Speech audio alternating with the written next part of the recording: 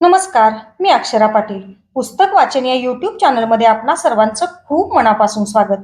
मित्रांनो, डॉक्टर विजया वाड यांच्या मंगळसूत्र पुस्तकातील पिता, हिरकणी, मंगळसूत्र या कथांना तसेच मृत्युंजय कादंबरीच्या वाचनास आपण भरभरून प्रतिसाद देत आहात.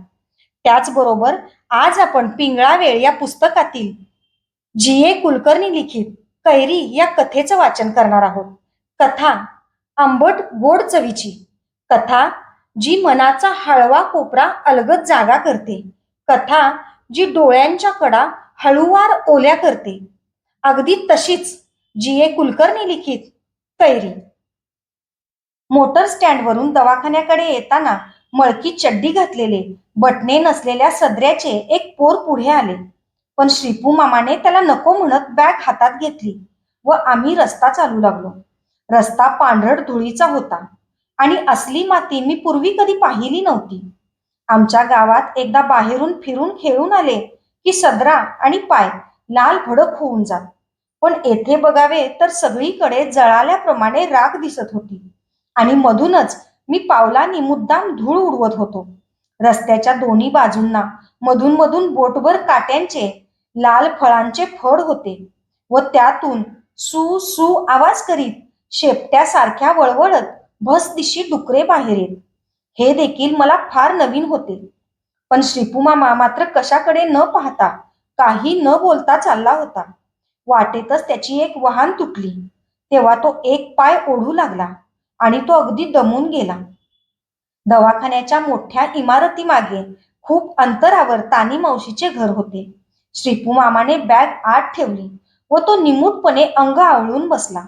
तानी मावशी धावतच बाहेर आली व मला मिठी मारून एकदम रडू लागली. मला त्यावेळी काय करावे हे समजेना. मला तर फार भूक लागली होती व मळके हातपाय थंडगार पाण्याने धुवायचे होते. पण तानी मावशी तर सारखे हुंदकेच देत होती. याच वेळी नशिबानं कसा दावा केला बघ श्रीपू, ती मला तसेच जवळ धरत म्हणाली. आभाळ फाटल्याप्रमाणे पाऊस बघ. तुझं पत्र आलं तेव्हा तोंडात पाण्याचा थेंब न घालता ओढ्याकाठी जाऊन बसले. खोटं सांगत नाही तुला, पण 2 दिवस इकडच्या मोटारी इकडे तिकडच्या तिकडे. 2 दिवस पाण्याला उतार नाही. सोलापूरकडून जायचं म्हणजे 3-4 दिवस लागले असते. आणि तिकडे पाऊस देखील नसेल तर 2 दिवस मी तशी बसून होते आणि व्हायचं ते होऊन गेलं. कमळीची काही भेट झाली नाही अखेरपर्यंत. त्यावेळी श्रीपू मामा आई शेजारी बसून तानी मावशीची वाट पाहत होता. आई शुद्धीवर होती तोपर्यंत तानी आली नाही काय म्हणत या कुशीवरून त्या कुशीवर होत होती. शेवटच्या दिवशी तिची शुद्ध गेली व तिचे डोळे काचेच्या गोट्यांसारखे झाले. नंतर ती कोणालाच ओळखेना व ती काय बोलत आहे हे कोणालाच समजेना. श्रीपू मामाने रात्री तिला चमच्याने दूध घातले. ते तिच्या ओठांवरून दोन्ही बाजूंनी बाहेर पडले. पहाटेला ती वारली. नंतर श्रीपू मामाने मला बरोबर येऊ दिले नाही. मी घरात एकटाच होतो. आई नाही हे प्रथम मला जाणवलेच नाही. पण तिच्या रिकाम्या जागेकडे नजर जाताच मात्र भाजल्याप्रमाणे मला समजले. आई नाही एवढंच नाही तर ती आता कधीच परत येणार नाही. मग मात्र माझे अंगच गळाले. श्रीपू मामा परतला त्यावेळी मी झोपलो होतो, पण माझे गाल पाण्याने ओले झाले होते. तिच्या घरात लग्न झाले त्यावेळी मीच अंथरूण धरलेलं. नाना वारले त्यावेळी हे आजारी आणि आता तीच गेली तेव्हा ओढा आडवा आला. लग्ने झाल्यावर आम्ही दोघी निरनिराळ्या दिशेनं गेलो बघ. 2 डोळे शेजारी, भेट नाही घरादारी. शेवटी तिला फार यातना झाले का रे श्रीपू? श्रीपू मामा जागच्या जागीच उगाचच हल्ला. तो म्हणाला, तुला मी आता खोटं कशाला सांगू तानी? 7-8 दिवसातच ती एका हाताने उचलण्या इतकी झाली. नाना गेल्यावरच खरं म्हणजे ती संपली. पोर होतं म्हणून शिजवायची, 2 घास गिळायची, इतकंच अगं. कोणाची तरी ग्याय व्याली म्हणताच ओळख देख नसता तिकडं सूपभर पाठवणारी ही बाई लोकांच्या घरी स्वयंपाक खाऊन आनंदाने जगणार होय? थोडे दिवस तिला इथं आणून ठेवावं असं मला फार वाटायचं. सारखा जीव तुटायचा बघ माझा. तोंड पुसत तानी मावशी म्हणाली, पण नंतर माझं मीच म्हणायची, इथली घाण तरी तिला समजायला नको. मला वाटू लागले ही आता उठते की नाही. तानी मावशी आई इतकी गोरीपाण नव्हती. ती सोललेल्या बदामासारखी होती आणि तिच्या हनुवटीवर गोंदलेले हिरवे टिंब होते. तिच्या कानातील कुड्यांचे बारीक मोती अगदी झिजून सैल झाले होते. गळ्यात मळक्या दोऱ्याच्या मंगळसूत्राबरोबर एक फिक्कट पिवळ्या मण्यांची बोरमाळ सोडली तर तिच्या अंगावर दागिना नव्हता. अखेर तानी मावशी थांबली व मला आत घेऊन गेली. तानी मावशी फक्त एकदाच आमच्या घरी आली होती. भाऊरावांची पहिली नोकरी गेली, दुसरीही मिळाली. तेव्हा इकडे येताना ती आमच्यात एक दिवस राहिली होती. त्यावेळी तिने लाल टोक पदराचे लुगडे नेसले होते. तिने मला उगाचच कडेवर घेतले. तिला त्यावेळी देखील जुन्या देवघराचा वास होता. आईने मग भाऊरावांसाठी मुद्दाम केळाच्या पानांची भजी केली होती. पण त्यातील आम्हाला मात्र काहीच मिळाले नाही. खरे म्हणजे मी आणि सुमीनं जैन बस्तीच्या मागे जाऊन धुंडाळून ती पानं आणली होती. पण मलाच मात्र एवढेसे बुडकुली एवढे एकच भजे मिळाले आणि त्यात देखील पान नव्हते. मी म्हणालो, आई हे कसलं भज? तर आईने उलट मलाच चिमटा काढला व म्हटले, ओरडून खापऱ्या उडवू नको कार्ट्या. पाने सगळी संपली आणि पानाशिवाय भज खाल्लंस तर डोक्यावर नाही शिंग उगवायचं. आधीच एक शिंग आहे तुला.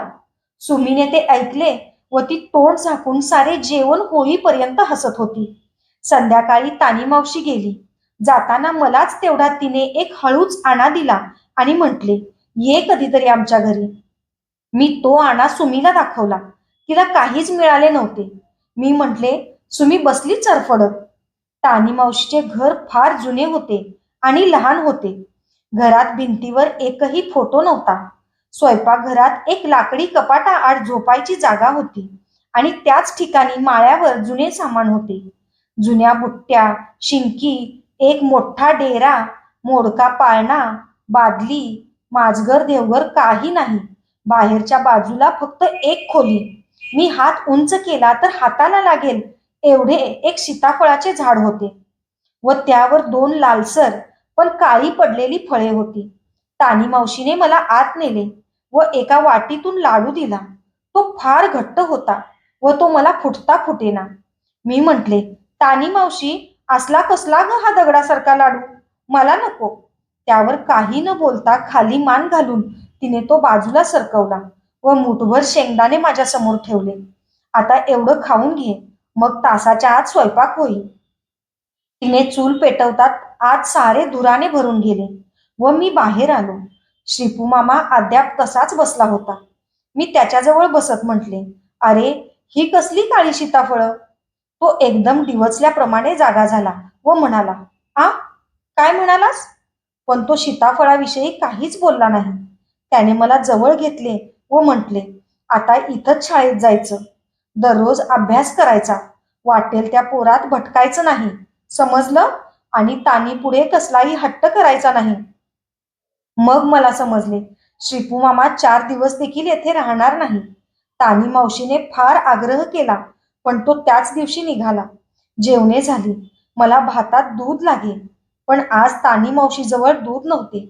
मी भात तसाच सोडला. आता मला झोप यायला लागली होती व मी बाहेरच्या खोलीत पसरलो. श्रीपू मामाने हाक मारत म्हटले, मी येतो रे, दिवाळीच्या सुट्टीत येऊन भेटतो पुन्हा आणि सांगितलेलं सगळं चांगलं ध्यानात ठेव. त्याने वाहनांच्या पट्टीला सुतळी बांधली होती पण पायरी उतरताना तो ठेचाळला व ती तटकन तुटली.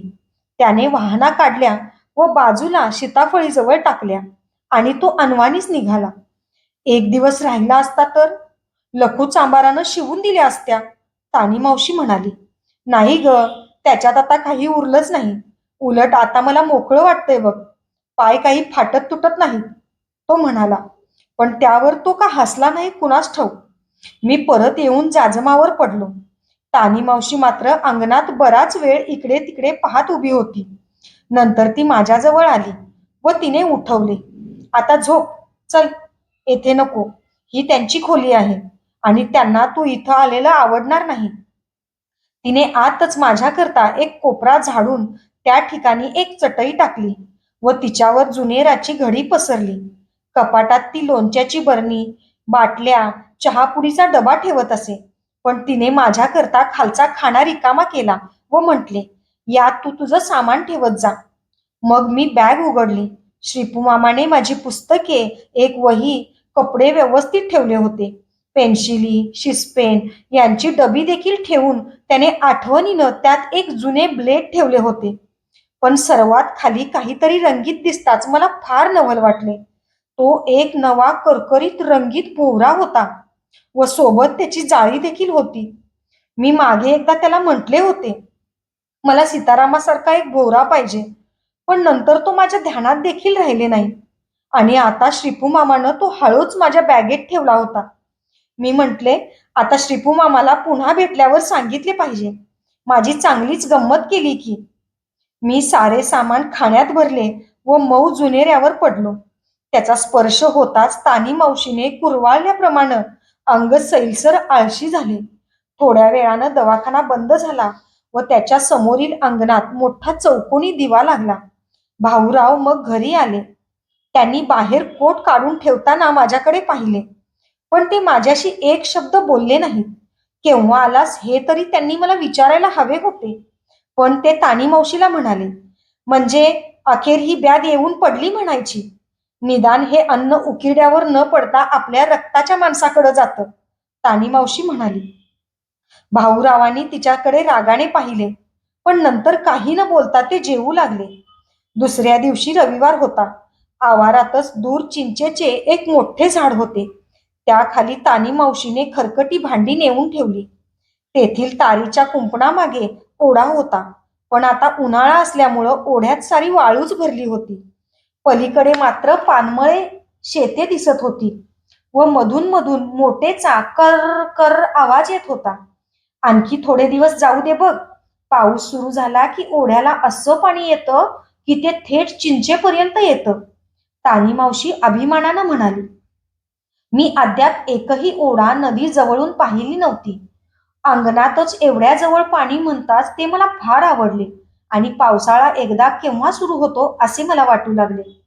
9:30 वाजता भांडी घासण्यासाठी तुळसा आली. तिला बघितल्यावरच मला राग आला. ही असली कसली मोलकरीण? तेथल्या पद्धतीप्रमाणे तिने जमिनीवर लोळणारे लुगडे नेसले नव्हते व ती चालली की फटक फटक धूळ उडवत असे. तिने नाकात नथ अडकवली होती. तिच्या डोक्यावरचा पदर सारखा पडत होता आणि ती पान चघळत होती. पान चघळणाऱ्या बायका नेहमी हलकट असतात असे नाना नेहमी म्हणत. मोलकर्णीने मोलकर्णीसारखे दिसावे. ही बया तर नाटकातल्या बाईसारखी दिसत होती. ती जवळ आली व पान एका गालात गोळा करून म्हणाले, काय रे, तुझं नाव काय? मी लगेच म्हणणार होतो, माझं नाव तुझं बोडकं. तोच तानी मावशी दारातनं ताडकन म्हणाली, सांभाळून बोलावं तुळसा माणसानं. त्याला अरे तुरे बोलायचं नाही. तो माझ्या बहिणीचा मुलगा आहे. इथं शाळेकरिता आलाय. तुळसाने तिच्याकडे उद्धटपणे पाहिले व ती हसली. होय बाय, सगळ्यांनीच पायरी बघून पाय उचलावं. तानी मावशीचा चेहरा उतरला. ती एकदम आत गेली. भाऊराव गाणे गुणगुणत बाहेर आले. त्यांनी देखील सकाळीच पान खाल्ले होते. त्यांनी 10-12 चांगली रसरशीत पाने, एक मूठभर सुपारी पुढे केली व तुळसाला म्हटले, ही पाने वाळत जाऊन अगदी खराब होत आहेत. बघ तुला चालतात का? तुळसाने पाने घेतली व कमरेला खोचलेल्या लाल चंचीत खुपसली. पाने मुळीच वाळली नसून स्वच्छ चांगली राघूच्या पंखासारखी होती. त्या दिवशी संध्याकाळी मला फार कंटाळा आला. मी म्हटले, तानी मावशी, इथं किल्ला, मस्जिद असलं काही बघण्याजोगं नाही होय? तिला एकदम शरमल्यासारखे वाटले. नाही रे, हे गाव अगदी साधं आहे. हा, तू राजेसाहेबांची विहीर बघून येतोस का? जाऊन ये. फार दूर नाही. मी त्या पाराप्पाच्या रतनला हाक मारते, तो तुला घेऊन जाईल. तेथूनच तिनं हाक मारली. दवाखान्याच्या आवाराबाहेर धनगरांच्या झोपड्या होत्या. त्यातून माझ्या एवढाच एक पोरगा बाहेर आला व ओरडला, काय व बाय? अरे, याला राजासाहेबांची विहीर दाखव. बसून पोरगा कंटाळला बघ. आणि तिथं मोर दिसले तर ते त्याला दाखव हा. नंतर तुला मी शेंगदेणे देते. जा. मी रतन बरोबर गेलो. ओढा ओलांडून एक शेत मागे टाकल्यावर ती विहीर होती. भोवती पिसासारख्या पानांची खूप झाडे होती व त्यांच्या खाली पडलेल्या फुलांवरून जाताना मऊ गालीच्या वरून चालल्यासारखे वाटत होते. विहीर फारच प्रचंड होती व आत सगळीकडे हिरव्या दाढीप्रमाणे भिंतीतून झाडी उगवली होती. पण विहीर एकदा पाहिल्यावर मन पाहण्याजोगे तिच्यात काहीच नव्हते. आत पारवाळ आहेत, रतन म्हणाला. त्याने एक दगड दबक दिशी पाण्यात टाकताच एकदम फडफड आवाज होऊन 100 पारवाळ एकदम वर उडाली, गोल गोल फिरली व पुन्हा आत उतरून घुमू घुमू करू लागली. वरल्या बाजूला गणेशाचं एक देऊळ होतं. एका बाजूला हात दाखवत रतन म्हणाला, होय, एकदा ते पडलं ते सगळं आतच गेलं. पाणी जास्त उतरलं की गणेशाची सोंड दिसते यावरून. मी भोवती निहाळून पाहिलं, पण मला मोर काही दिसले नाहीत. मी त्याबद्दल रतनना विचारले तर तो हसायला लागला. तो म्हणाला, मोर काय असं वाटेल त्यावेळी दिसत्यात. त्याने मध्येच चुटकी वाजवली. अशी येत्यात, अशी जात्यात. हिरवी निळी वीज असते रावती, वीज. पण तो बोलताना एकदम थांबला व त्याने समोर झुडपात बोट दाखवून डोळ्याने मला खून केली. मग तो म्हणाला, बघितल्यात मोर? एकच होतं. कुठाय कुठाय? मी विचारले. कुठाय काय? तो हसत म्हणाला, ते गेलं सुद्धा. मला तर हलणाऱ्या झुडपाखेरीज काहीच दिसलं नाही. 15 मिनिटातच मी परत आलो व म्हटले, तानी मावशी, त्या विहिरीत काय ग बघायचं? ती म्हणाली, आता मी तरी काय करू सांग बाबा, गावच असं रायवळ पडलं. तानी मावशी सतत 2 दिवस सकाळी बाहेर गेली होती. तेव्हा मी आजूबाजूला फिरून पाहिले. दवाखाना बराच मोठा होता, पण त्याच्या एका बाजूला लाकडाची जाळी मारलेल्या घरात डॉक्टर राहत होते. मी त्यांना अद्याप पाहिले नव्हते. आवाराच्या बाहेर पायऱ्या पायऱ्यांची गोडी विहीर होती. संध्याकाळ झाली की तुळसाप्रमाणे लुगडी नेसलेल्या बायका पायऱ्या उतरून खाली जात व एक एक विहिरीतून उगवल्याप्रमाणे मातीच्या घागरी डोक्यावर घेऊन वर येत. मग वडाच्या पारंब्या आड खिडकी मागे असल्याप्रमाणे लाल सूर्य दिसे आणि अंधार पडताच जणू कोणी त्यांना मुद्दाम बोलावणे पाठवल्याप्रमाणे न चुकता ओढ्यांच्या काठावरून घुबडे ओरडू लागत. तानी मावशी आली व म्हणाली, अरे, उद्यापासून शाळेत जायचं. मी तुझं नाव घालून मास्तरांना सांगून आले आहे. मग मी पाटी कोळशाने घासून ठेवली व एका काड्याच्या पेटीत पेन्सिली घातल्या. तानी मावशीने हातानेच माझे केस मागे परतवले व ती माझ्याबरोबर शाळेत आली. शाळेभोवती तशीच राखेसारखी धूळ होती. मी वर्गात बसताच इतर पोरे टकाटका बघतच राहिली. तानी मावशी परत फिरताच आपण तिच्या मागोमाग घरी पळत सुटावं असं मला वाटू लागलं. पण पोरं हसतील म्हणून मी जागेला चिकटून राहिलो. मास्तरांचे नाव होते देशपांडे. ते नेहमी हातात छडी घेऊन हिंडत व मध्येच कोणाच्या तरी पायावर सपकन मारत. ते एक गणित घालत व परसात जाऊन बिडी ओढून येत. पहिल्या दिवशी काहीच अभ्यास झाला नाही. शुद्धलेखन नाही, कविता नाहीत, काही नाही. मी परत येताना माझ्याबरोबर नारायण आणि रामचा आले. नारायणच्या बापाचे किराणाचे दुकान होते, तर रामच्याचा बाप शिंपी होता. दोघेही त्याच वर्गात 2-2 वर्ष नापास झाले होते. 2-4 दिवसातच मला त्या शाळेचा कंटाळा आला. तेथे घरून लिहून आणायला सांगत नसत, त्यामुळे माझे अक्षर सुरेख आहे हे अजून कोणाला समजलेच नाही. मात्र शुक्रवारी पाठीवर एक एक काढून सरस्वतीची पूजा करून गुळ फुटाने वाटत असत. आमच्या वर्गात मोहज्जन नावाचा एक दांडगा मुलगा होता. तो शाळेला येताना पाठीपुस्तके काही न आणता फक्त विटीदांडू घेऊन येत असे. सगळी मुले त्याला घाबरत त्याच्या पुढे पुढे करत. एकदा मधल्या सुट्टीत मी उगाच उभा होतो, तर बळवंत नावाचा पोराने मला मागून मोहज्जनच्या अंगावर ढकलले. तेव्हा मी त्याच्यावर कोसळून त्याचे पाऊल तुडवले. तेव्हा मोहज्जन संतापला व त्याने काडकन माझ्या मुस्कटात दिली. थोडा वेळ माझ्या डोळ्यासमोर लाल भडक झाली व मी भिंतीला टेकून गप्पगार झालो. पण नंतर मला फार राग आला. माझी काहीच चूक नसता मी कशाला मार खाऊ? मोहज्जनला जर कुणी असे मागून ढकलले असते तर त्याने काय केले असते? पण बाकी सारी मुले बाजूला राहून हसत होती व तो माकड्या बळवंत तर त्याच्या पुढे उड्या मारत होता. मी डोके खाली केले आणि धावत जाऊन मोहज्जनच्या पोटात असे आदळले की तो खालीच पडला व धापा टाकू लागला. अरे, तू पोरगा आहेस की बोकड आहेस? तो उठत म्हणाला. मला वाटले मला तू पुन्हा मारणार नाहीस. म्हणून मी मुठ्ठी घट्ट करून उभा होतो. पण तो म्हणाला, पण तू पोरगा मात्र पक्का आहेस बघ. चल, आपण आजपासून दोस्त झालो. तुला कोणी पुन्हा ढकललं तर सांग, त्याची पन्नीच करतो. पकड त्या डुकऱ्या बळवंत्याला. पण मी त्या जागी थांबलोच नाही. खरं म्हणजे मोहज्जन उठला. त्याच वेळी माझे पाय थरथरू लागले होते. तो जर जोरात ओरडला असता तर मी पालीप्रमाणे धप्पदिशी खाली पडलो असतो. मी दप्तर घेऊन जो पळालो तो थेट घरी अंगणात येऊन थांबलो. तानी मावशी सोफ्यावरच केर काढत होती. तिने माझ्याकडे पाहिले व म्हटले, संपली शाळा एवढ्यातच? काय झालं शाळेत? कुठं काय झालं? काही नाही. मीच लवकर आलो ग. मी दप्तर स्वयंपाकघरात अडकवत तिची नजर चुकवत म्हटले. मग तिने चहा ऊन करून बरोबर अर्धी भाकरी खायला दिली व ती कामाला लागली. रात्री जेवण झाल्यावर मी चटईवर पडलो तेव्हा ती स्वयंपाकघरात काम करत असता मी पडल्या पडल्याच पाहत होतो. तिने खरकटी भांडी उचलून बाजूला ठेवली. अद्याप काम बरेच होते, पण ते तसेच अर्ध्यावर सोडून ती आली व माझ्या शेजारी बसली. तिने माझ्या तोंडावरून हात फिरवला व म्हटले, आता सांग, काय झालं शाळेत? तुझा चेहरा लाल होता आणि डोळे तर अगदी घाईला आले होते. मग मला मात्र अगदीच राहावले नाही व मी तिला सगळे भडाभडा सांगून टाकले.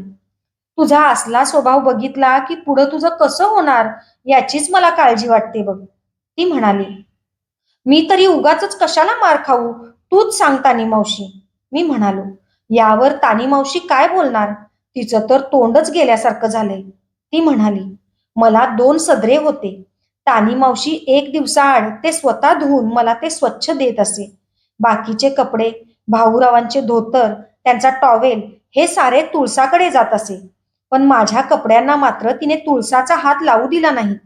मी त्या दिवशी स्वच्छ सदरा शाळेत घालून गेलो. पण ते निंगूला पाहावले नाही. त्याचा स्वतःचा सदरा नेहमी पोतेऱ्यासारखा असे व पाठीला पाणी लावल्यावर तो ते ओच्याने पुसत असे.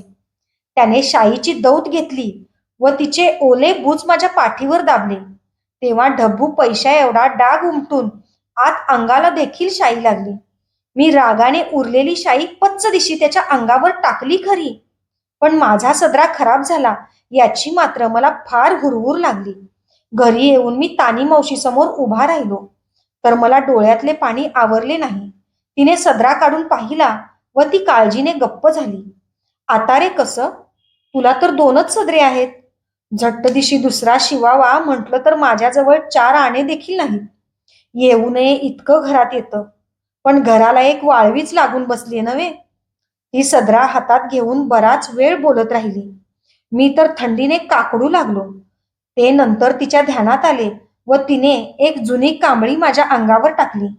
हे बघ, मी हे आत्ताच्या आत्ता पाण्यात भिजत घालते, मग चिंच घासून धुतलं की जाईल डाग, ती उत्साहाने उठत म्हणाली. तिने सदराचा तेवढाच भाग पाण्यात भिजवला व त्यावर चिंच लावून तिने तो अर्धा तास घासला. डाग जरा फिकट झाला खरा, पण अजूनही तो पाठीवर वाघाच्या डोळ्यासारखा दिसत होता. आता पुढे रे, ती खाली बसत म्हणाली. मी तरी पुढे काय सांगणार, म्हणून मी देखील म्हणालो, पुढं काय ग तानी मावशी? ती थोडा वेळ विचार करत बसली. नंतर तिने हसून एकदम चुटकी वाजवली. आपण असं करू, सदरा तसा जुनाच आहे, तेव्हा तो डाग तेवढा सरळ कापून टाकू. मग त्या ठिकाणी माझ्याजवळ एक पांढरे कापड आहे, त्याच्यावर फुलपाखराची चित्रे आहेत. त्याचा एक तुकडा मी शिवून देते, कसं, ती म्हणाली. पाठीवर चित्र असलेला सदरा म्हणताच मला फार गंमत वाटली. भाऊराव त्या दिवशी लवकरच आले. तानी मावशीने त्यांचे ताट एकदमच सगळे वाढून त्यांच्या पुढे ठेवले व ती त्यांना विसरून गेली. मग ते कपडे करून पुन्हा बाहेर पडले. ते कोठे जाणार म्हणून तानी मावशीने विचारले नाही. केव्हा येणार हे त्यांनी सांगितले नाही. मग तानी मावशी सुई दोरा कात्री घेऊन चिमणीपाशी बसली. चिमणीतून सारखा धूर येत होता व मला मधून मधून पेंगल्यासारखे होत होते. तिने मला गदागदा हलवून उठवले व म्हटले, बघ तरी कसा अप्रूप झाला आहे तुझा सदरा. मी खाडकन जागा झालो. सदऱ्यावर लाल पंखांचे फुलपाखरू बघून तर तो घालून मी केव्हा एकदा शाळेत जातो असे मला झाले. तानी मावशीचे डोळे जागरणानं लालसर झाले होते व ती दमली होती. ती तशीच जमिनीवर आडवी झाली. मी म्हटले, "अगं, असं का? जाजमावर झोप की सरळ." "कशाला आता? आणखी तासातच तर पुन्हा झुंपायचं आहे गाण्याला." श्वास सोडत ती म्हणाली. मी शाळेत जाताच नारायण ओरडला, "अरे, तुझ्या पाठीवर फुलपाखरू बसलंय." चिंतामणी देखील म्हणाला, "होय रे, होय. थांब, मीच त्याला पकडतो." तोपर्यंत आणखी 2 पोरे आली. मला तर हसूच आवरेना. मी म्हटले, "घ्या, कोणीही पकडून त्याला काड्याच्या पेटीत ठेवा. अगदी घट्ट. मग ते सोन्याचे होईल." पण ते फुलपाखरू चित्रातले आहे म्हणताच ती पोरे खुळीत झाली. चिंतामणीने विचारले, "असलं फुलपाखरू कुठं मिळतं?" मी आपले दडपून सांगितले की ते श्रीपू मामाने मुंबईहून आणले आहे. "मग मला देखील आणून दे की आणखी एक." तो तोंड पसरत म्हणाला. माझे फुलपाखरू सगळ्यांनी हात लावून पाहिले म्हणताच तानी मावशी फार खुश झाली. पण त्यानंतर मोहज्जनने आपल्या सदऱ्यावर पुढच्या बाजूला झाडाचे मोठे चित्र असलेला तुकडा लावला. चिंतामणीने मुलीच्या परकरावर असतात तसले एक फूल बिल्ल्याप्रमाणे सदऱ्याच्या खिशावर शिवून घेतले. पण खरी कमाल बळवंतने केली. त्याला फूल, झाड असले काहीच मिळाले नाही. पण त्याच्या गंजी फ्रॉकवर वाघाचे चित्र होते. तेव्हा तो एक दिवस नुसता गंजी फ्रॉकच घालून शाळेत आला. तेव्हा देशपांडे मास्तर छडी घेऊन त्याच्या मागे लागले. त्यावेळी बळवंत वाघ इकडे तिकडे पळू लागलेला पाहताच आम्ही हसून हसून बेजार झालो. मी पळत घरी आलो व दप्तर सोफ्यालाच टाकत ओरडलो, "तानी मावशी, बाहेर ये. तुला एक गंमत सांगायची आहे." ती कसले तरी पीठ चाळत होती. ती पांढऱ्या हातानेच बाहेर आली व माझ्या शेजारी बसली. मग मी तिला सगळी हकीकत सांगितली. तेव्हा तर ती मला पांढऱ्या हातानेच ढकलत ढकलत लहान मुलीप्रमाणे खिदळू लागली. त्यावेळी मला तानी मावशी एकदम निराळी लहानसर दिसली. हसताना तिच्या हनुवटीवरील गोंदणे स्वच्छ ताणून चमके. ती इतकी हसली की हसून तिचे डोळे ओलसर झाले. पण तिचे पिठाचे हात मला ठिकठिकाणी लागून पीठ ती चाळत नसून मीच चाळत असल्याप्रमाणे दिसू लागलो. तसे मी म्हणताच तर तिने मला जोराने ढकलले व ती खाली पडून हसत राहिली. मला वाटले, आता तानी मावशी अगदी लहान मुलीप्रमाणे हसते, खेळते. मग खरोखरच लहानपणी ती कशी असेल बरं? मला त्यावेळी सुमीची एक गंमत आठवली. मी म्हटले, एकदा सुमीने देखील सुमीचे नाव काढताच तानी मावशी एकदम विझल्यासारखी झाली आणि तिच्या हनुवटीवरील दाणा वाळलेल्या मुगासारखा झाला.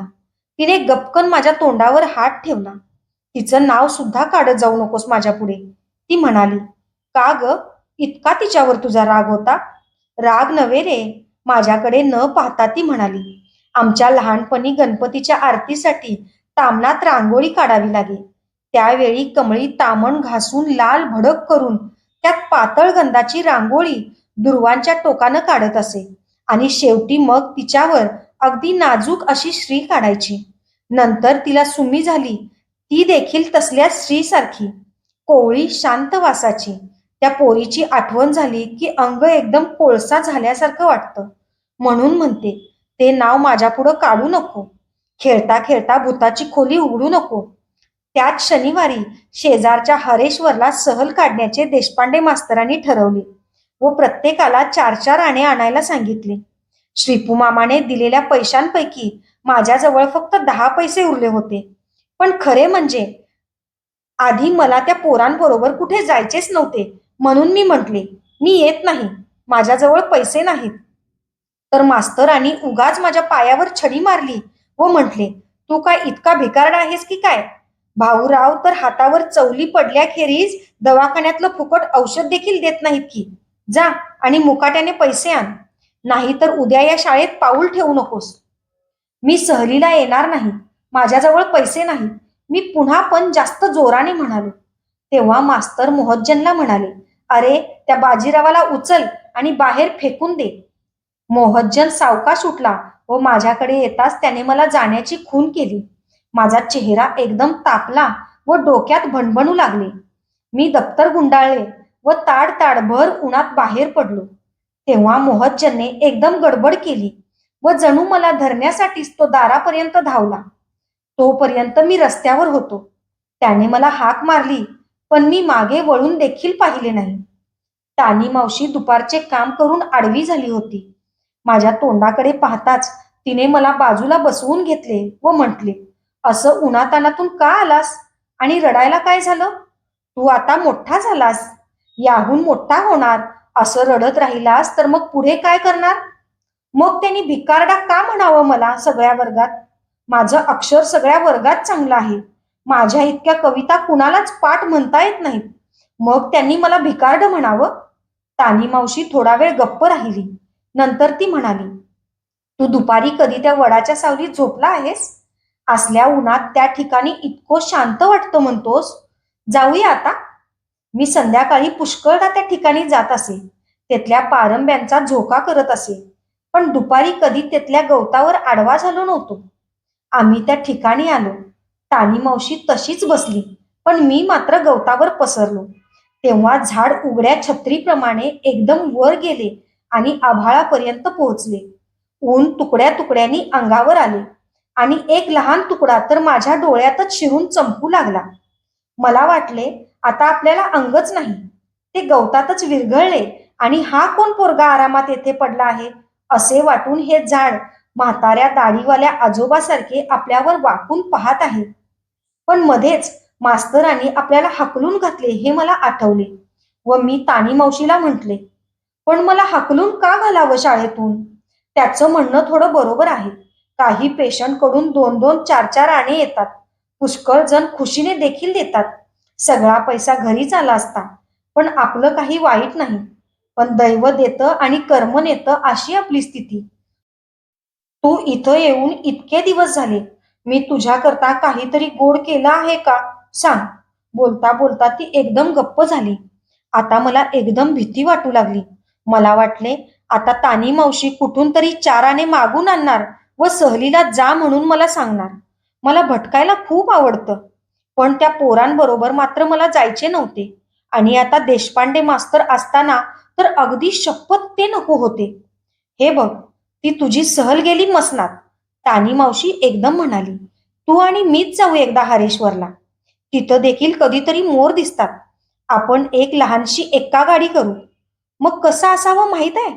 बरोबर पुष्कळ भाकऱ्या आणि भरल्या मसाल्यांची वांग्याची भाजी." मी एकदम उठून बसलो आणि म्हणालो, "आणि खूप दही देखील." तिनं मान हलवून म्हटले, "होय, अगदी मडकं भरून घट्ट दही. तुला एक मडकं आणि मला एक स्वतंत्र मडकं. नाहीतर तू खादाड माझं देखील दही खाऊन टाकशील. शिवाय डांगराचं पीठ." "डांगराचं पीठ म्हणजे काय? तुला अद्याप डांगराचं पीठ माहीत नाही? खुळ्या." मला चापट मारत ती म्हणाली, "ते एक पीठच. त्यात दही घालावं, बारीक चिरलेले कांदे आणि बरोबर कोवळ्या मिरच्या." माझ्या तोंडाला तर पाणीच सुटू लागलं. मी तिचा हात गच्च धरला व म्हटले, "मग करवंद अगर चिंच घातलेली झकास चटणी हवी." "होय तर, चटणीशिवाय कसली रे भाकरी?" तानी मावशी देखील गवतावर आडवी होत म्हणाली, "देवळाजवळ मोठं तळं आहे, पण पाणी गुडघाभर. वाटेल तेवढं त्यात खेळावं. आणि देवळाच्या मागे झरा आहे. तिथलं पाणी घ्यायचं म्हणजे भांड्यातून नाही, तर बाजूला पालतं पडायचं व ओंजळी ओंजळीनं पाणी प्यायचं. जाताना वाटेत आंब्यांची झाडं आहेत. त्यांना पाना पानाबरोबर कैऱ्या लागतात. त्या फोडून आत मीठ, लाल चटणी घालून खायच्या. हां, कैऱ्या खाताना हिरवी चटणी चालायची नाही. लालच पाहिजे बरं का." "पण ते आंबे आपले म्हणून कोणी रागावत नाही?" मी अविश्वासाने विचारले. "अरे, त्या रानात कोण कोणाचे आंबे ढीगभर पडून वाया जातात. पण पडलेले आंबे खाण्यात गंमत नाही. झाडावरून तोडलेला आंबा हाताला कसा उबदार लागतो माहीत आहे? कमळी तर लहानपणी कैऱ्यांसाठी जीव टाकायची. पण तिला झाडावर चढण्याचं धैर्य नव्हतं. मग झाडं धुंडाळत परकर खोचून वर चढायचं हे मला एकच काम होऊन बसलं. आणि मग मी आणून दिलेल्या कैऱ्या खाऊन झाल्यावर उलट मलाच ती जंगली म्हणत चिडवत राहायची. असली बघ तुझी आई, झगडघंटी." तानी मावशीने माझ्या डोक्यावर चापट मारली व ती मोठ्याने हसली. सुमीचे नाव काढताच खाडकन गप्प राहणारी तानी मावशी आईविषयी मात्र इतक्या मनमोकळेपणाने बोलत आहे याचे मला फार नवल वाटले. जणू आई आत्ता या वेळेला घरातच कैऱ्या खात बसली आहे. आईच्या लहानपणाच्या हकीकतीविषयी मला काहीच माहिती नव्हती. आई बोलत बसायची ते दादाशी, सुमीशी, आमच्याशी नाही. मी म्हणजे घरातले लोणचे. पण परकर खोचून झाडात आंबेत हिंडणारी तानी मावशी त्यावेळी कशी दिसत असेल याचे चित्र पाहण्याचा मी प्रयत्न करू लागलो. नंतर बराच वेळ तानी मावशी काहीच न बोलता गप्प होती. पण मी एकदम जागा झाल्याप्रमाणे तिच्याकडे पाहतच राहिलो. कारण आता ती एकदम हुंदके देऊन रडत होती. मी म्हटले, "अगं, गाडी-बिडी करायचं खर्चाचं असलं तर आपण जाऊया नको. राहिलं मला हरिहरेश्वर नको, काही नको." ती चटकन उठून बसली व तिने माझा दंड पकडला. ती म्हणाली, "हे बघ, असं कधी म्हणत जाऊ नको. असा दर वेळी हात मागे घेऊ लागलास तर आयुष्यभर तुझे हात रिकामेच राहतील. सरळ मिळालं नाही तर ओरबाडून घ्यायची तयारी पाहिजे. गाडी मिळाली तर बरंच झालं. नाहीतर तू आणि मी चालत जाऊ. आहे तर सारे 7-8 मैल. वाटेत कुठेतरी मोटवणी जवळ बसून गुळ शेंगदाणे देखील खाऊ. देऊळ, तळं, वाटेवरची कैऱ्यांची झाडं, थंडगार पाणी, ही तर काय कोणाच्या बापाची नाहीत ना, होय की नाही?" मी लगेच म्हटले, "छट, ती काय कुणाच्या बापाची असणार?" एवढंच वाटलं बघ. मी कधी देवाकडे फारसं काही मागितलं नाही. पण जे अगदी थोडं मागितलं ते देखील त्यानं ते दिलं नाही. म्हणून मला त्याचा पुष्कळदा राग येतो. मला काय घोडागाड्या, वाडा, अंगावर पासरीभर सोनं पाहिजे होतं? पोटापुरतं खायला असावं, एखाद दुसरं पोर असावं स्वतःचं, आपला म्हणता येईल असा संसार असावा. एवढ्यावरच मी बाभळीच्या झाडाप्रमाणे आनंदानं टिकले असते. डोकंभर प्रकाश, पाऊलभर ओल, बस एवढ्यावरच ते झाड समाधानानं जगतं, वाढतं. मला एकदा हे सगळं मिळालं देखील होतं.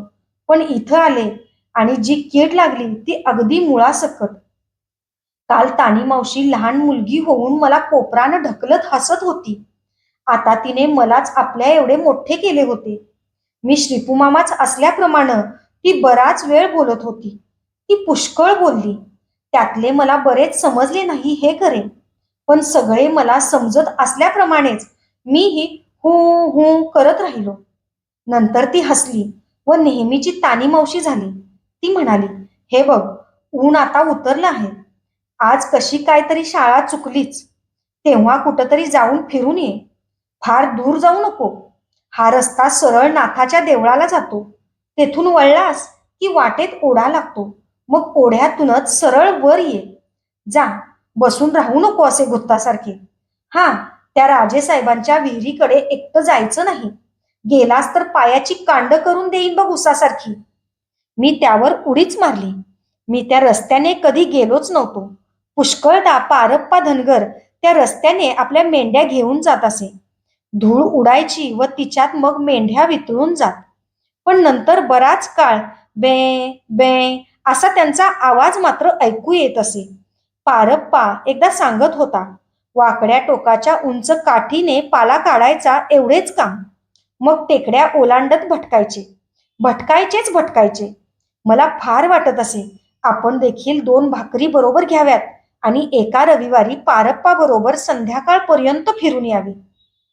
मी तानी मावशीला विचारले, तर ती इतकी हसली की मला तेथूनच पळून जावे असे वाटू लागले. "वेडा की काय तू? मेंढरा पाठीमागून आणखी 2 पायाचं मेंढरू." मला कोपर मारत ती म्हणाली, "आधीच बे बे करायला शिक 2 दिवस मेंढ्यांच्या शाळेत जाऊन." ते ऐकून मलाही हसू आलं होतं. मी उठलो व दवाखान्याबाहेर पडलो. मी वेळेपर्यंत तानी मावशी पाहत उभी होती. मग ती घरात गेली.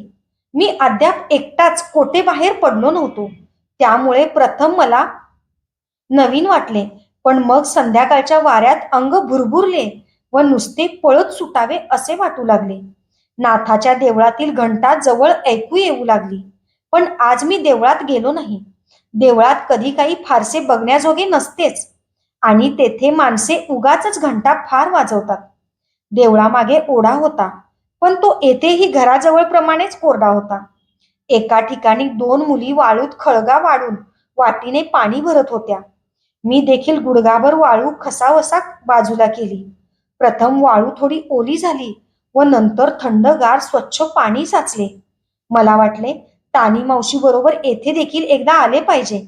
भाकरीला जाड लोणी माखावे, त्यावर लालसर लसूण चटणी पसरावी आणि मग ताजे पाणी काढून येथल्या येतेच ते प्यावे. मुली निघून गेल्यावर एकदम सारे रिकामे झाले.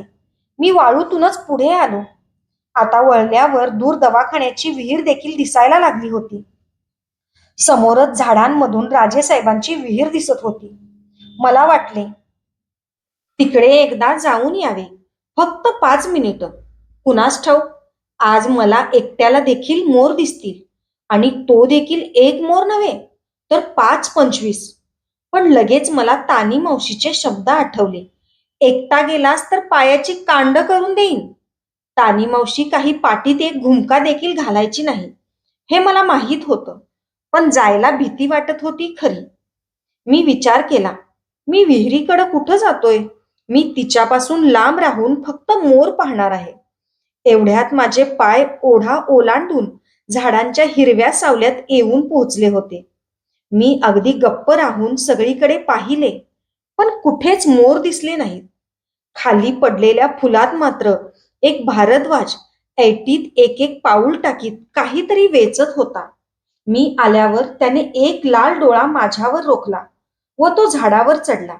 मग 2 बदामी पंख पसरून तो काळेपणाने उडून गेला. मी आता समोरच्या झुडपामागे एकदा पाहून घरी परतणार होतो.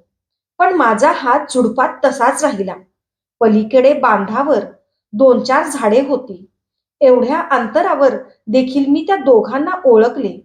भाऊराव तेथे बसले होते आणि त्यांच्या समोरची बाई नक्कीच तुळसा होती. आता तिच्या डोक्यावर पदर नव्हता. ती हसत होती व भाऊरावांना पान देत होती. आता माझे पायच एकदम गेले. समोर दवाखाना अगदी जवळ होता, पण मला तिकडं त्यांच्या समोरून जावेना. मी उलट रस्त्यानेच धावत परत आलो व बाहेर कट्ट्यावर बसलो. काही वेळाने तानी मावशी बाहेर आली. अरे देवा, केव्हा येऊन बसलास रे तू चोरट्याप्रमाणे?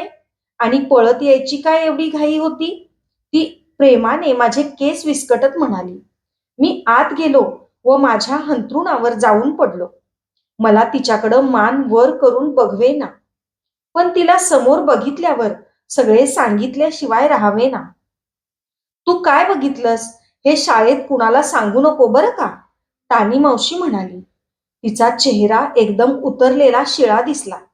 मग मात्र मला वाटले, आपण हे तिला सांगायला नको होते. ते त्याआधी कशी स्वच्छ दिसत होती, आता ती एकदम आजारी असल्याप्रमाणे वाटत होती. दुसऱ्या दिवशी शनिवार, सकाळची शाळा होती. तानी मावशीने मला उठवले व आंघोळ करायला सांगितले.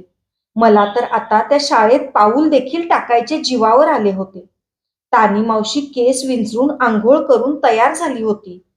मी कपडे घालत असतानाच तिनं मला बाहेर ढकलले व म्हटले, चल, मला परत यायचं आहे लवकर. ती झपाझप चालत असता आवार संपेपर्यंत मी तिच्याच मागून उड्याच मारत होतो. ती थांबली व मागे वळून पाहतच राहिली. ती म्हणाली, तू काय एखादी बेडकी होऊन बसलास की काय रात्री? अगं, मी तरी काय करू? तूच एकदम मला बाहेर ढकललंस की. मी कपडे घालत असता तेव्हा चड्डीच्या एका पायात दोन्ही पाय गेले बघ. मी म्हणालो. मी चड्डीचा मोकळा पाय उजव्या हातात धरला होता. ते पाहून ती एकदम मोठ्याने हसायला लागली. पण त्यामुळं मला सुद्धा फार बरं वाटलं. मग घाल तरी ती सरळ आता, ती म्हणाली. पण ती आता सरळ घालायची म्हणजे पुन्हा काढून घालण्याखेरीज शक्य नव्हते. पण रस्त्यावर कशी काढू ग? मी म्हटले. पण त्यावर आता मात्र तिने खरोखरच एक हलकासा घुमका माझ्या पाठीत घातला व आवाराच्या भिंतीतील एका खांबाकडे बोट दाखवून ती पुढे चालू लागली. पण ती अद्याप स्वतःशीच हसत होती. मी त्या आडोशाला झटकन चड्डी सरळ घातली व धावत तिच्या मागे गेलो. शाळा भरली होती, पण देशपांडे मास्तर दारातच छडी घेऊन उभे होते. पैसे आणलेस काय रे? त्यांनी दरडावून विचारले. त्यावर मी काही बोललोच नाही. तरी तानी मावशी मला म्हणाली, तू गप्प बस, मध्ये बोललास तर पाय मोडीन.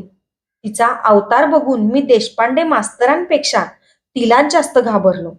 ही कुठली दुर्गाई मरगाई तानी मावशी समोर आली कुणास ठाऊक. नाही, मी सांगते तुम्हाला, पुढे सरसावत तानी मावशी म्हणाली.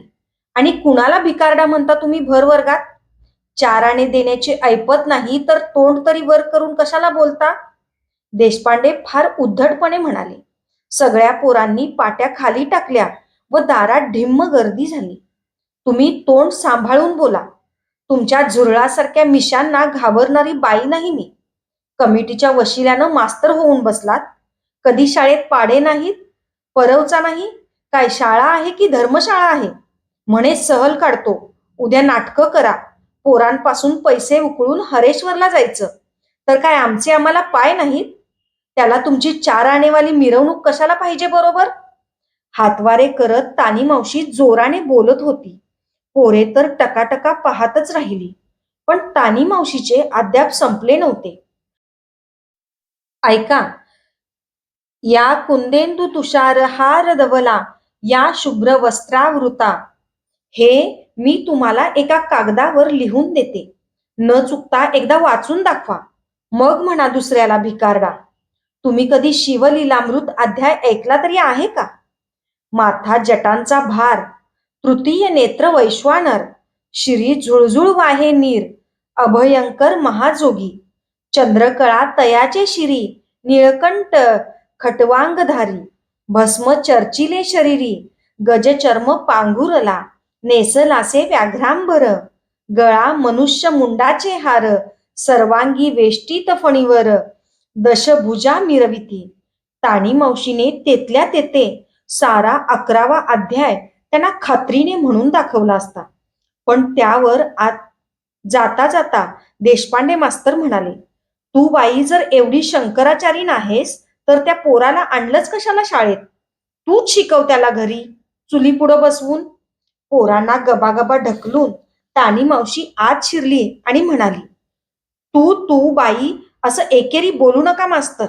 जा, मीच शिकवीन त्याला. तू तुझी शाळा आणि सहल धुंगणात घालून घे. टाक माझ्या पोराचा दाखला, आत्ताच्या आत्ता. रस्त्याने कमिटीचे महादू पाटील चालले होते. त्यांनी नेहमीप्रमाणे जरीचा रुमाल काखेत मारून आपले पांढरे केस उघडे टाकले होते. सगळा गोंगाला ऐकून ते आत आले व म्हणाले, कंपाऊंडरीन बाई, काय झालं एवढं? तर हा मास्तर मला भिकारडा म्हणतो. शाळेत पोराला कशाला आणलं म्हणतो. शाळा काय कुणाच्या सासऱ्याची दौलत आहे काय? पाटील देखील थोडे दचकलेच. ते म्हणाले, बरं बाई, तुम्ही घरी चला, मी पाहून घेतो सगळं. मला आत्ताच्या आत्ता दाखला पाहिजे. पाय आपटीत ताणी मावशी म्हणाली, मी एकदम घाबरलो. आता या शाळेत यायचे म्हणजे माझ्या जीवावर आले होते खरे, पण दाखला काढायचा म्हणजे शाळाच बंद. मग पुढे काय? पाटील म्हणाले, मी स्वतः संध्याकाळपर्यंत तुमचा दाखला आणून देतो. मग तर झालं ना. आता चला घरी. मग तानी मावशी सैल झाली. तिने मला हाताला धरले व आम्ही परतू लागलो. थोड्या वेळाने मोहज्जन धावत येऊन मागून आला व त्याने शाळेतच राहिलेली माझी दौत मला दिली. सहलीला कोण जातंय बघतो, त्याची पण्णीच करतो बघ, तो मला म्हणाला. पण मग आम्हाला काय बोलावे हेच सुचेना. मी मुकाट्याने निघून गेलो व मोहज्जन परत शाळेत गेला. तानी मावशी, आता पुढं ग. तू घाबरू नकोस. आणखी एक शाळा आहे, जरा लांब आहे इथून, 1-1.5 मैलावर. तुला सवय होईपर्यंत मी येत जाईन तुझ्याबरोबर. बसू देत तो माकड आपली शाळा घेऊन. मग सोमवारी सकाळी लवकरच आम्ही निघालो.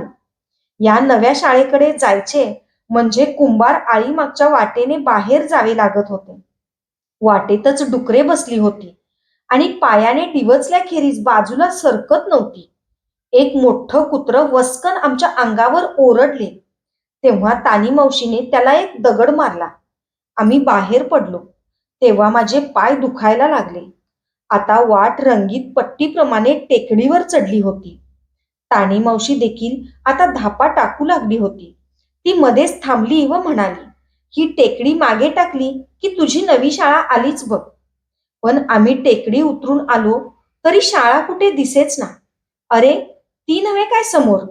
तानी मावशी बोट दाखवत म्हणाली.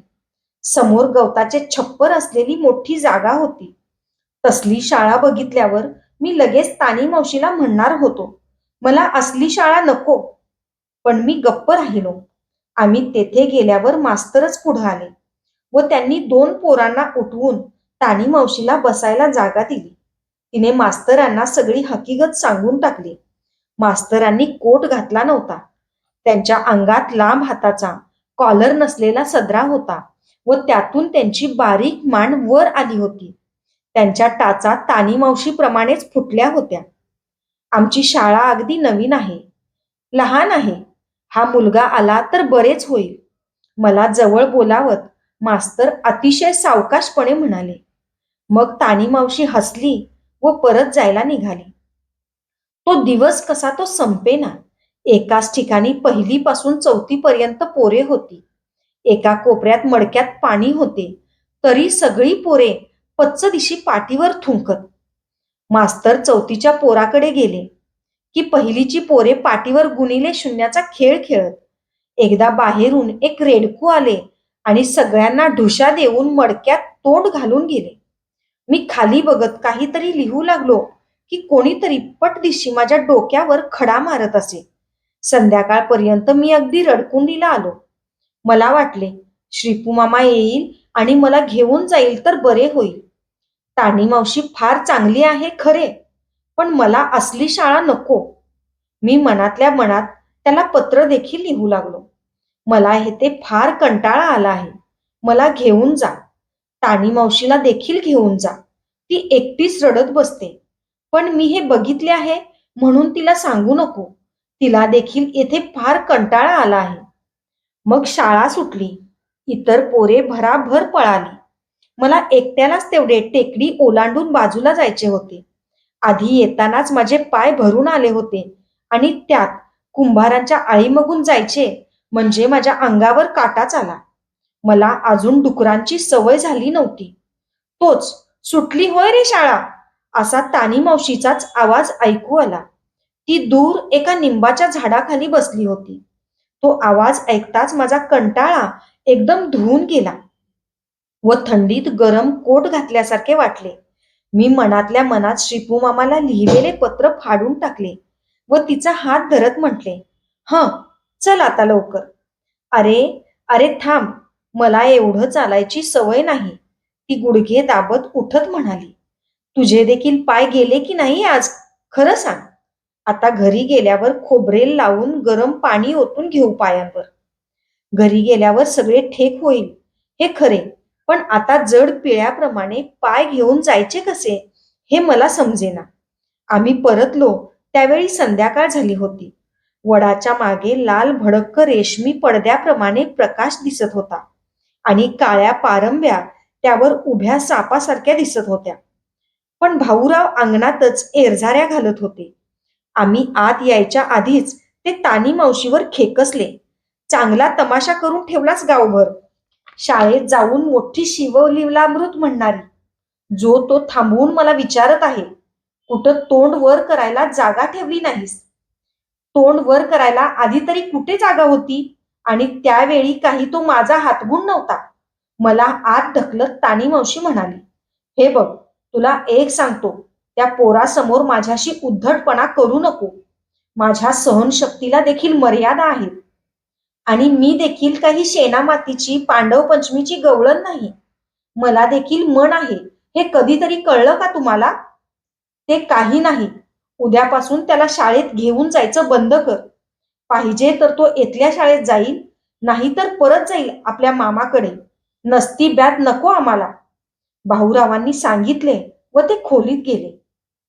तानी मावशी आत आली तेव्हा तिचा चेहरा भडकला होता. तिने कुडचाभर तांदूळ काढले आणि खिडकीपाशी जरा जरा हात फिरवीत ते निवडले. चुलीत खरपस केल्यावर 2 लाल भडक निखारे निघाले. तिने त्यांच्यावर 2-4 तुरकाट्या टाकल्या. जाळाने जीभ दाखवली व थोड्याच वेळात चुलीभोवती हातभर लांब लाल प्रकाश पसरला. ती चुलीपुढे बसली. पण ती पाणी केव्हा गरम करून माझ्या पायावर ओतणार हे मला समजेना. तिने त्या रात्री मला नुसता भात व लोणचे दिले.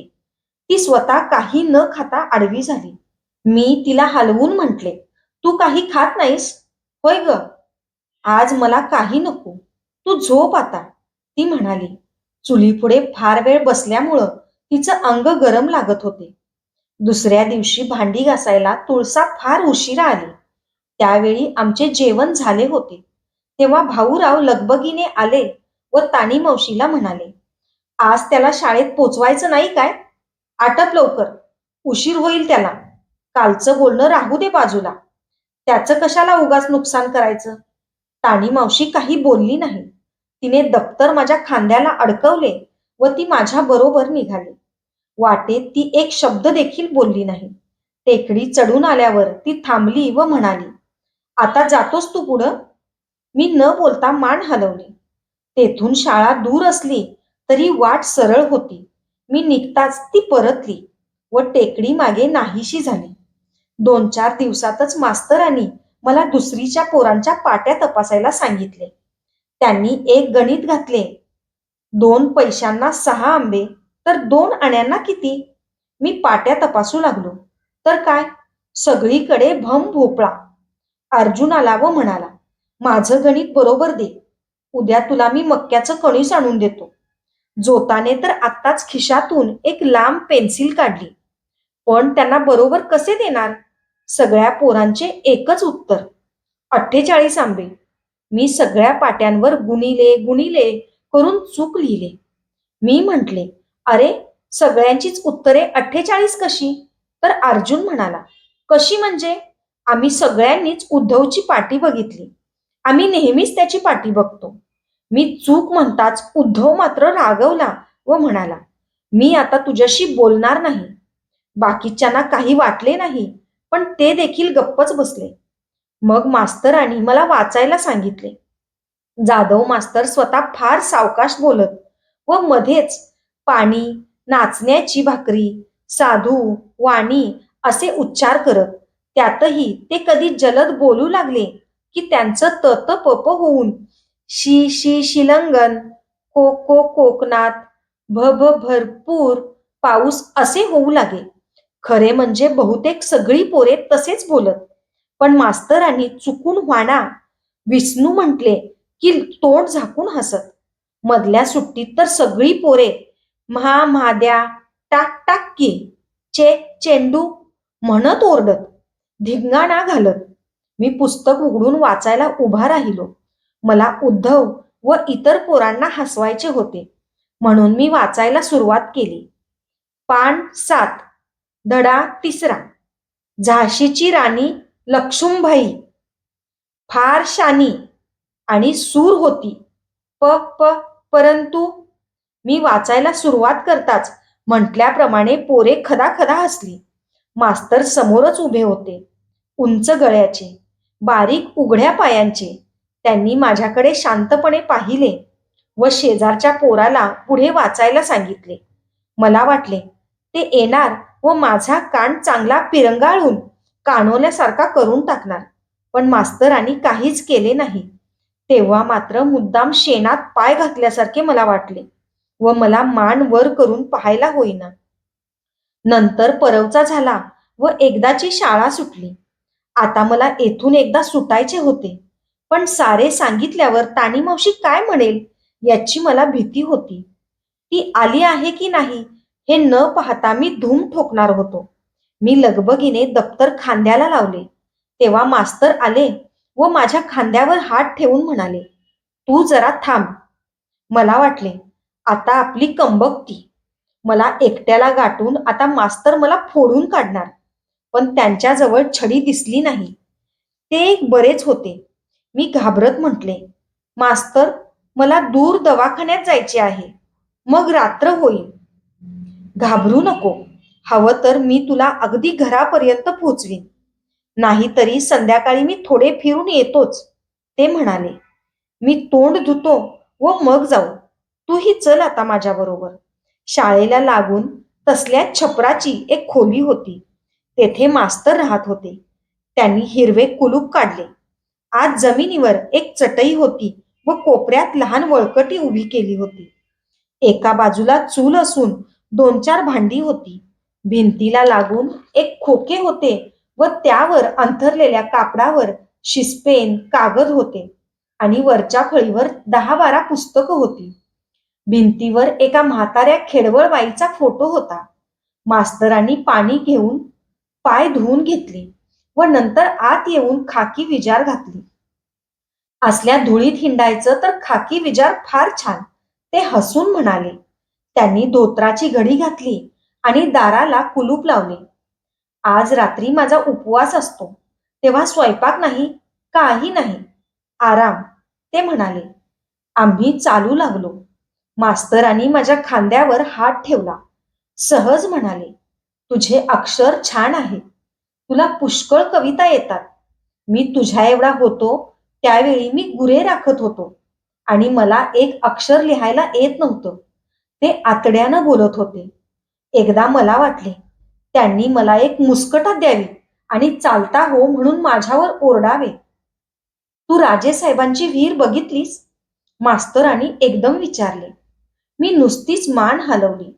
ती विहीर राजेसाहेबांच्या आठवणीसाठी राणीसाहेबांनी बांधली. राणीसाहेब अगदी गोऱ्यापान आहेत. हातभर दागिने घालतात आणि त्यांचे 20 नोकर आहेत. बघ, त्या तुला पाहिजेत तर त्या तुला घरी घेऊन जायला मिळतील. एवढंच की तुला तुझ्या मावशीला बदली द्यावं लागेल. हो म्हटलास तर चल. आत्ताच्या आत्ता राणीसाहेबांची घोडागाडी तुझ्या दारात आणतो. मग काय म्हणतोस? मला एकदम फार राग आला. मला वाटले मास्तरांनी हवे तर मला झोडपावे. पण हे काय बोलणे झाले? ती कुठली राणीसाहेब कुणास ठाऊक. म्हणे हातभर दागिने घालते. दोन्ही पायभर दागिने घाले नका. ताणी मावशीच्या हनवटीवरील गोंधनाची तिला सर यायची नाही. मी चिडून काही बोलण्यासाठी थांबलो व मास्तरांकडे पाहिले. मास्तर हसत होते. तेव्हा माझ्या ध्यानात आले की मास्तर माझी थट्टा करत होते. मी कित्येकदा पाणी, लोणी, कणस म्हणतो म्हणून तू माझी चेष्टा केलीस. अरे, ती माझी भाषा आहे. लहानपणापासून 28 वर्ष मी ती बोललो, तिच्यावर वाढलो. ती झाली तरी एक भाषाच आहे. माझ्या खोलीत एका म्हातारीचा फोटो बघितलास नव्हे तू? ती माझी आई. ती रस्ते झाडायची. एक चिमणी माझ्या पुढं आदळून ती मला रात्री उशिरा पुस्तकासमोर बसवायची.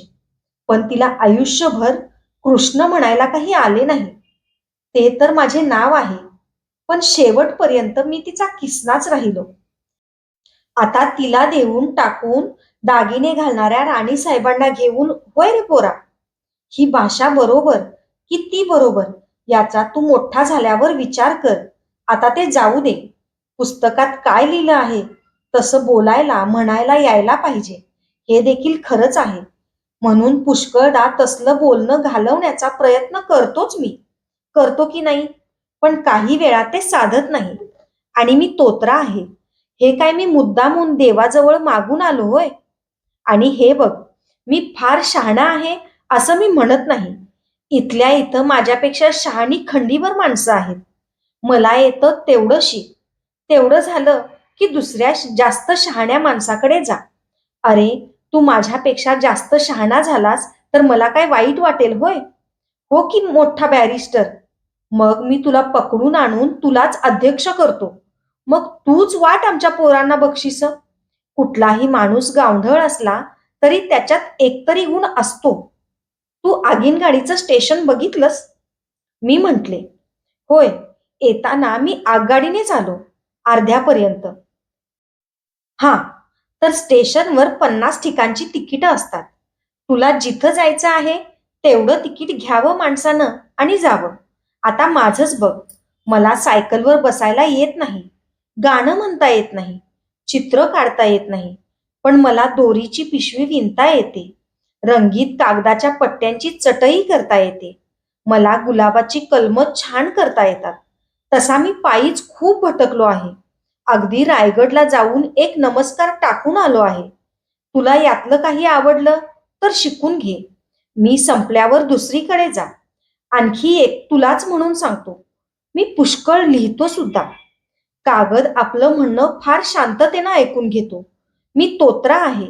मी पाणी म्हणतो म्हणून तो मला हसत नाही. आता मात्र मला रडू आवरले नाही. जाधव मास्तरांच्या हातात छडी नव्हती. त्यांनी रागाने मला शिव्या दिल्या नव्हत्या. पण मला डोळ्यात पाणी आवरेना. तू तर वेडाच आहेस. रडायला काय झालं? पोरपणी असं चुकतंच, पण ते चुकलं एवढं ओळखलं म्हणजे झालं. आता बघ, तुझं अक्षर छान आहे. तू देखील का काही लिहित नाहीस?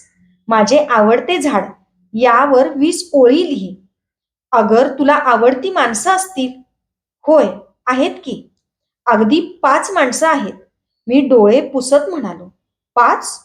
एकदम थांबून मास्तर म्हणाले, पोरा, तू किती भाग्यवान आहेस याची तुला कल्पना नाही. मला एकच माणूस मिळालं होतं. 5 म्हणजे सध्या 2च आहेत. आई, नाना, सुमी आत्ता नाहीत, पण तानी मावशी आणि श्रीपू मामा आहेत. मग असं कर, तू तुझ्या मावशीवरच लिही. मग मी तुला घरी गूळ, शेंगा, खारीक देईन आणि स्वच्छ चांगलं लिहिलंस तर मी तुला एक बदाम देईन. मग आण लिहून आणि दे उद्या. उद्या नव्हे, उद्या रविवार. सोमवारी दे. आता बघ, टेकडीवरून जाशील पलीकडे एकटा? मी हो म्हटले व थांबलो. देशपांडेनी मला छडी मारली तेव्हा तोंड घट्ट करून मी रडू आवरले होते. भिकारडा म्हटल्यावर मला राग आला होता, पण डोळ्यात पाणी दाखवले तर त्यांचा विजय होईल म्हणून मी अगदी ताकाच्या खांबासारखा घुम्म राहिलो होतो. आणि आता कशाला काही नसता डोळ्यातील पाणी थांबेना. मास्तर परत फिरले. मी टेकडी उतरून खाली आलो तेव्हा तानी मावशी येताना दिसली. ती सारखी धापा टाकत होती. मडं काढलं त्या कुत्र्यांचं, सारखं अंगावर यायला लागलं. ती म्हणाली, एक तरवड फांदी घेऊन त्याला असं झोडपून काढलं आहे की ओरडत पंढरपूरपर्यंत पळालं असेल. म्हणून उशीर झाला. आणि आज काय करून बसलास? डोळ्यात गंगा जमुना का दिसतात? मी तिचा हात पकडला व मोठ्याने हसलो. हे तसलं काही नाही, निराळं आहे. ती एक गंमत आहे माझी. येताना मी तानी मावशी बरोबर काय काय लिहावे हे आठवत होतो. मागचा भात स्वतःच कालवून खाताना तितकासा बरा लागायचा नाही, पण तोच भात तानी मावशीनं कालवून त्यात लोणच्याचा खार घातला की सारा संपून आणखी भूक राहत असे. मला रामरक्षा येते, पण तिच्यासारखी नाही. एरंडाची नळी घालून केलेले तिचे साबणाचे फुगे माझ्यापेक्षा मोठे होतात. श्रीपू मामाला सांगून तिच्यासाठी वहाणा आणायला हव्यात, नाहीतर वाळूचे कण तिच्या टाचात जातात. मग ती सुई घेऊन रात्रभर टाच कोरत बसते. तिला एक खुरपे देखील हवे. आता ती एक मोडकी पळी घेऊन सीताफळाच्या झाडाभोवती उकरते व घागरभर पाणी ओतते. तिला निळे लुगडे छान दिसते, पण ते आता फार विटले आहे. मी मोठा झाल्यावर पैसे मिळवू लागल्यावर तसले नवे झगझगीत चमकणारे लुगडे तिला घेऊन देणार आहे. तिला कधीतरी पंढरपूरला जाऊन यायचे आहे. त्यासाठी देखील मी तिला पैसे पाठवीन. पण तिला अद्याप गलोलाने दगड मारता येत नाही आणि शाईने लिहिताना तिच्या बोटांना फार शाई लागते. तानी मावशीने मला एकदम ढोसताच मी भानावर आलो. कुठं लक्ष आहे रे मडक्या तुझं? तिनं हसत विचारलं. बघितलास नव? काय बघितलास? मी उत्सुकतेनं विचारलं. तर तिने माझ्या डोक्यावरच हात मारला व त्यामुळं माझी टोपी खाली जाऊन घट्ट बसली. काय म्हणजे? माकडाचं लग्न, ती म्हणाली. आता कसा मैलभर पिसारा असलेला मोर समोरून गेला. आणि बघितलास काय म्हणून विचारल्यावर तू विचारतोस काय? आता एवढ्या जवळून मोर गेला आणि मला तो दिसला नाही म्हणताच मी चिडलो. मोर मलाच का दिसत नाही? मी रागाने तिला विचारलं. आता त्यावर डोकं आपटत बस, ती पुन्हा हसून म्हणाली. अरे, मोर कुणाला केव्हा दिसावा याबद्दल काही न्याय आहे होय? दिसला तर तो दुसऱ्याला दाखवावा, नाही दिसला तर तक्रार करू नये. परंतु मोर रतनला दिसतो, तानी मावशीला दिसतो, पण मला मात्र तो काही दिसत नाही. याचा मला राग कमी झाला नाही. मी मोर पाहिले आहेत असे सगळे सांगायला मला फार आवडले असते. आम्ही घराजवळ आलो तेव्हा तुळसा घरातून बाहेर पडली. ती असल्या वेळी कधीतरी घरी यायची नाही आणि भाऊराव देखील यावेळी घरात नसत. तिला पाहूनच तानी मावशी दगडासारखी झाली. तुळसाकडे पाहत ती ओरडली, तुझं काम बाहेर आहे. माझ्या घरात पाऊल टाकशील तर पाय मोडून देईन. हा, तोंड सांभाळून बोला बाय. भांडी घासणारी म्हणून वाटेवरची माती आहे काय? हात नाचवत तुळसा म्हणाली. त्यांनीच आत घेऊन चा घे म्हटलं म्हणून मी आत पाऊल टाकलं. नाहीतर माझं काय अडलंय पायतान? आणि उद्यापासून कामाला देखील येऊ नको. दुसऱ्या 1000 मिळतील, तानी मावशी म्हणाली. रागाने तिचे ओठ थरथरत होते. घ्या की ठेवून तुमचं तुम्हाला काम. गेल्या खेपेला बंद केलं तर नाक घासत घरी बोलवायला आला की तुमचा नवरा. एकदम वाईट हसून तुळसा म्हणाली. यावर भाऊराव खोलीबाहेर आले व म्हणाले, तू जा आता, मी बघून घेतो, नाहीतर इथं चवाटा होईल. तुळसा पुन्हा हसली आणि होळी मिरवणुकीतील रंगीत हिजड्याप्रमाणे अंग वळवत निघून गेली.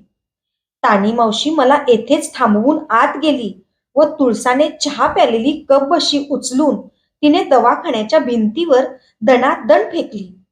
तिचे पांढरे तुकडे खाली वाळूत पडले, पण तिचा राग तेवढ्यावरच थांबला नाही. तिने भाऊरावांची कपबशी देखील तशीच भिरकावून दिली. आता घरात कपबशीच उरली नाही. त्यानंतर ती भाऊरावांसमोर उभी राहिली व शांतपणे म्हणाली, मी इतके दिवस सारं सहन केलं, पण आज मात्र अति झालं. आता या घरात मी तरी राहीन, नाही तरी ती येसवा तरी. भाऊरावांनी बाहेर जायला कोट घातला होता. त्यांनी उगाच मिशा साफ केल्यासारखे केले आणि ते पच्चदिशी म्हणाले, तू देखील त्या इरेला पडू नयेस. तू किंवा ती एवढंच ठरवायचं असेल तर माझं काय उत्तर येईल हे तुला माहीत आहे. आज जा मुकाट्यानं. ते बोलले व लगेच बाहेर पडले.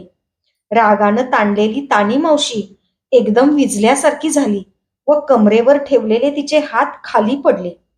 ती सैलपणे आत आली आणि स्वयंपाकघरातील भिंतीला टेकून बसली. ती दप मी दप्तर आत टाकले, कंदील लावून दिव्याला नमस्कार केला व मग उगाचच तिला चिकटून बसलो. मला वाटलं होतं की जाते म्हणताच तरी ते वटणीवर येतील. ती पोकळ आवाजात म्हणाली, पण त्यांनी मलाच जा म्हणून सांगितलं की. आता मात्र माझ्या आयुष्याची निरीच सुटली. तानी मावशी बोलत होती, पण ते माझ्याशी नव्हते, कारण ती मोठ्या डोळ्यांनी समोरच्या कंदिलाकडे पाहत होती.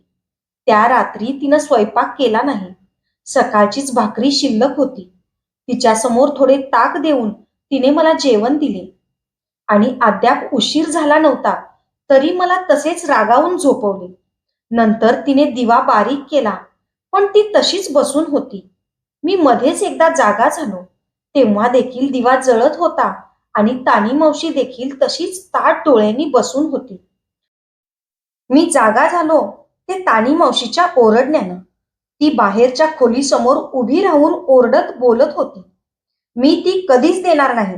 तिने वापरलेला कप देखील घरात नको होता आणि अंगावरची माळ मी तिला देऊ? उगाच गावगन्ना करू नकोस, भाऊराव म्हणाले. पण त्यांचा आवाज देखील मोठाच होता. ती पंढरपूरला जाणार आहे. 3-4 दिवसांकरिता मागितली आहे तिने.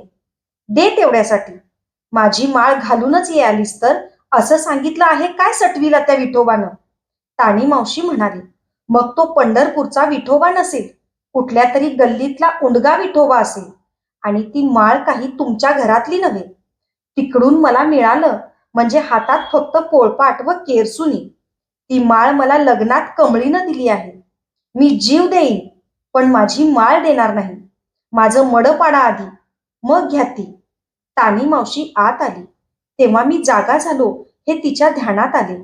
आणि तू गप झोप रे, मध्ये मध्येच उठून बसू नको गोठ्यातल्या वासरासारखं, ती म्हणाली.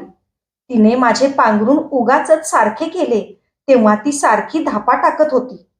भाऊराव तरातरा चालत दवाखान्याकडे गेले व खडाखडा करत त्यांनी दवाखाना उघडला व दिवा लावला. बाटल्यांचा आवाज झाला.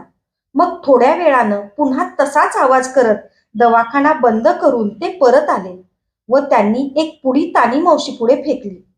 मरतो मरतो म्हणणारे असले मी पुष्कळ बघितले आहेत. ते म्हणाले, तुला मरायचं आहे ना, घे हे औषध. 4 माणसांना पुरून उरेल बघ. असल्या धमक्यांना मी कंटाळून गेलो आणि आता बऱ्या बोलानं ती माळ दे.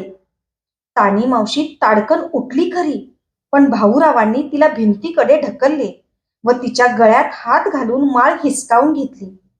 त्याबरोबर तिच्या गळ्यातील मंगळसूत्राचा जुना दोरा देखील तुटला व काळे मणी माझ्या अंथरुणापर्यंत पसरले. तानी मावशीला भिंतीवरच्या शिंक्याची तार ओरबाडली व कपाळावर रक्त दिसले. का कोणास ठाऊक, मला त्यावेळी फार संताप आला. मी अंगावरचे पांघरलेले जुनेरे फेकले व भाऊरावांचा हात घेऊन मी त्यांना कडकन चावलो. ते दनदिशी फिरले व पाऊल माझ्या अंगाला लावून त्यांनी मला अशा जोराने ढकलले की मी समोरच्या भिंतीवर जाऊन आदळलो आणि डोक्यातील मुंग्या अंगभर झणझणल्या. मग वेंधळ्याप्रमाणे उभ्या असलेल्या तानी मावशीने चटकन कपडे वाळत घालण्याची काठी हातात घेतली. आता तिचा आवाज मोठा नव्हता की तो कापतही नव्हता. ती म्हणाली, ठीक आहे, शेवटी हे असंच व्हायचं होतं तर.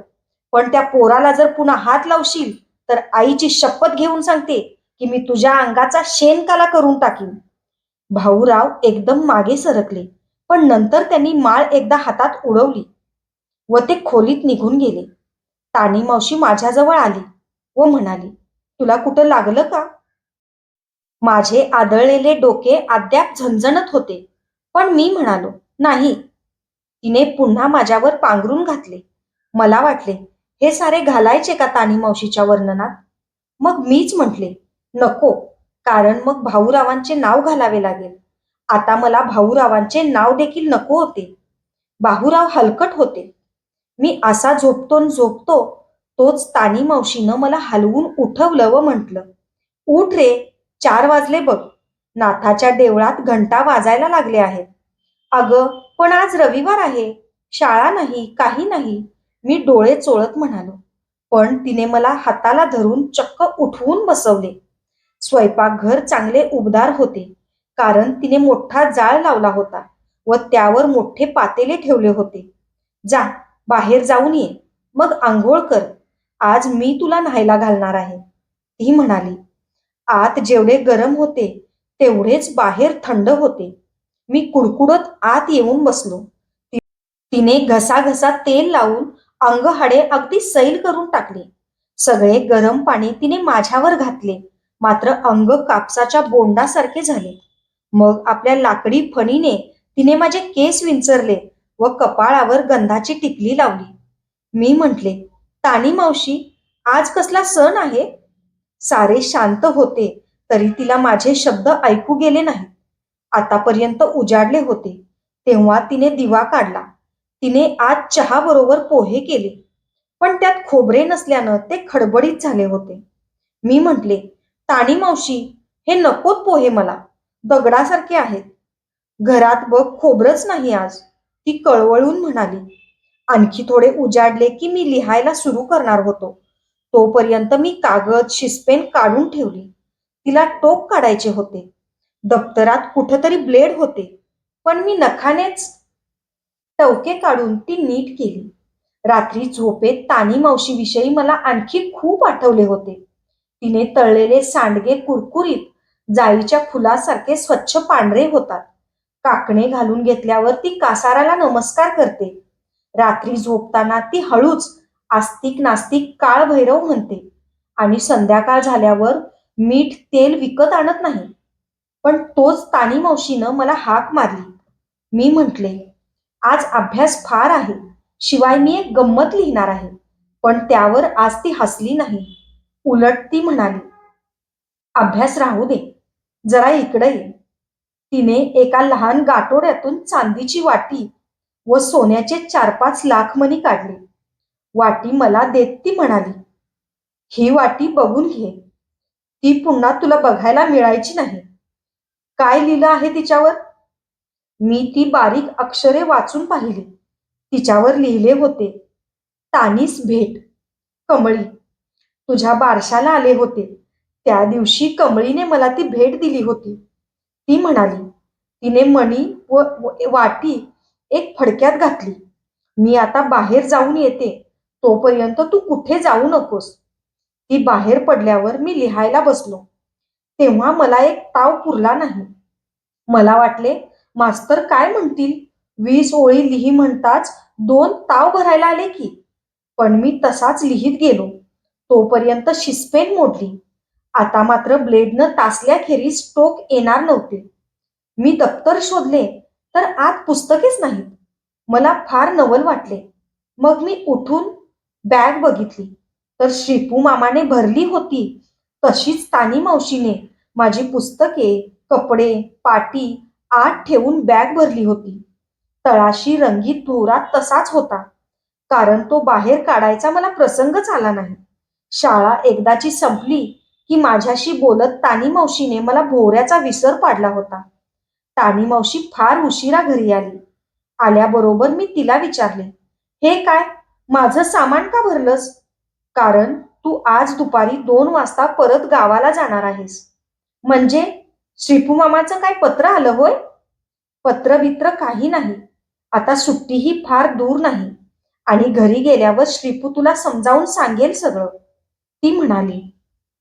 ही तानी मावशी निराळी होती.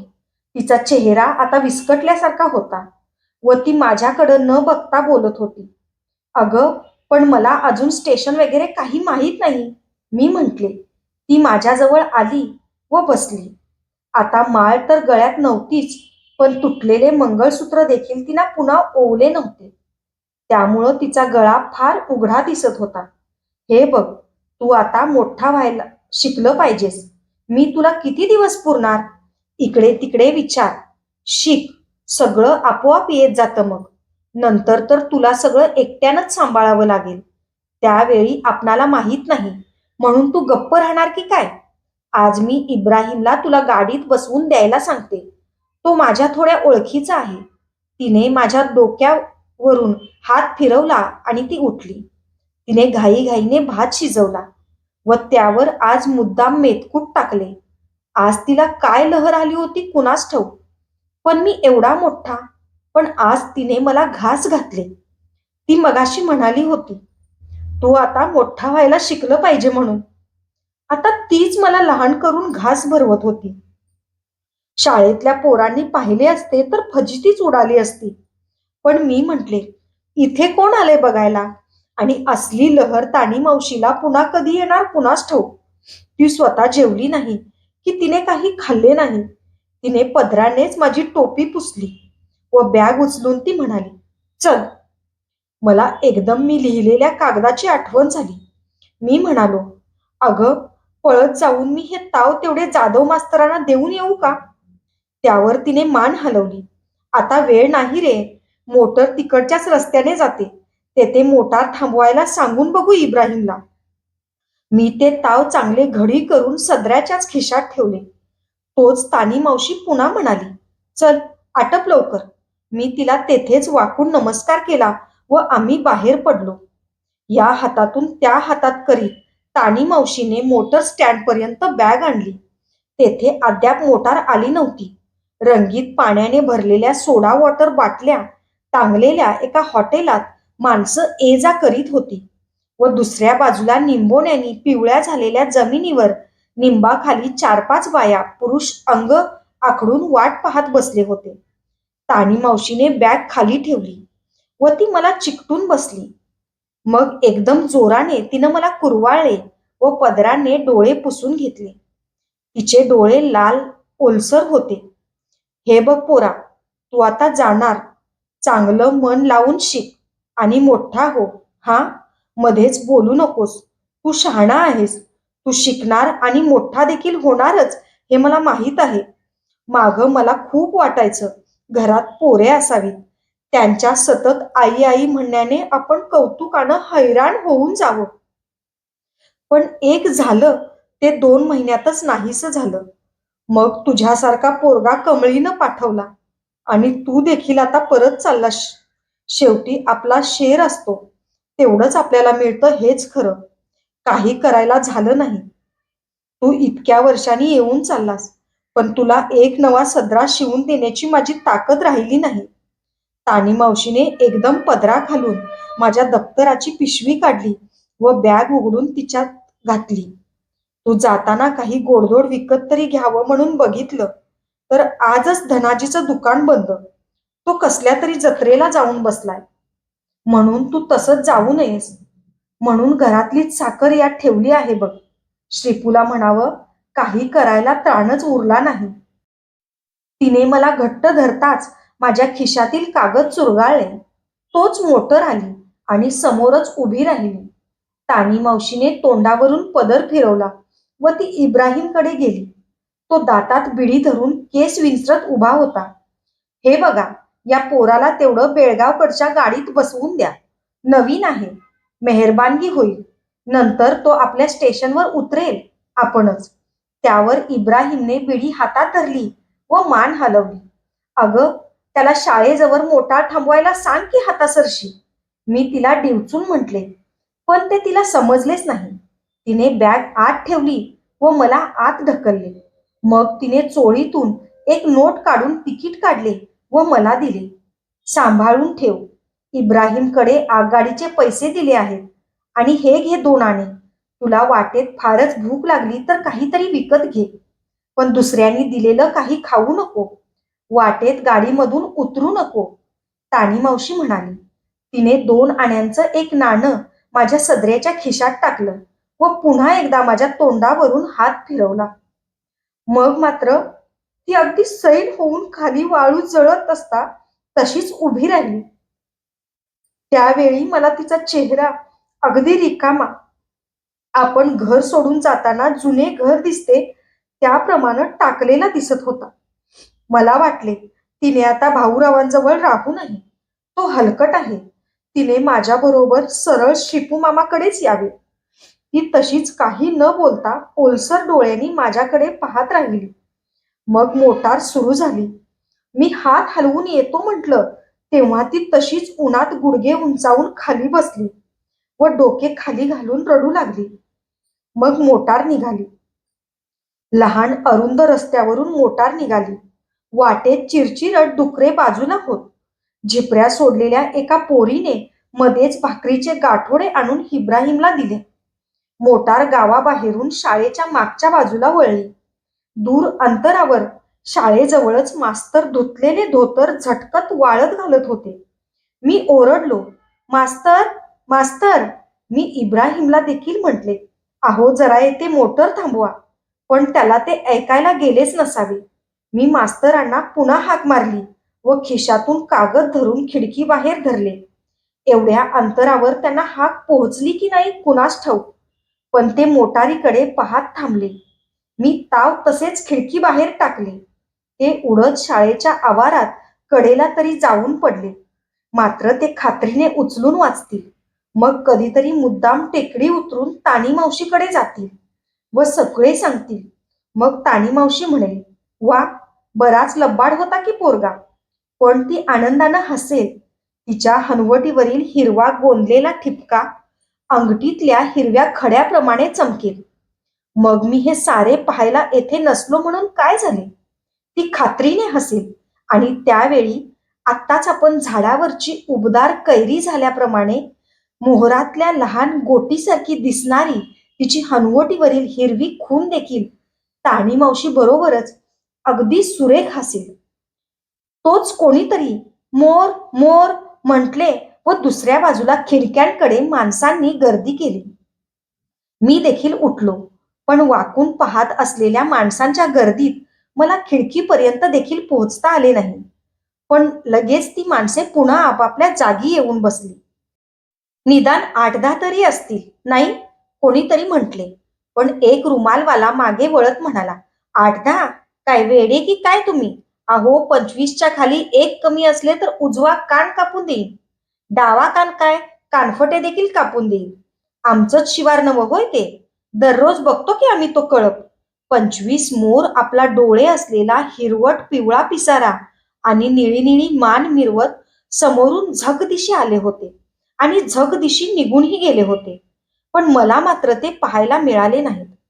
स्टेशन समोरच मोटार थांबली. मोटारीत मी खिडकीजवळ बसलो होतो व खिडक्यांना काचा नव्हत्या. त्यामुळे स्वच्छ सदऱ्यावर विटभर राखी माती जमली होती. ती मी झाडत होतो. तोपर्यंत इब्राहिमने तिकीट आणले.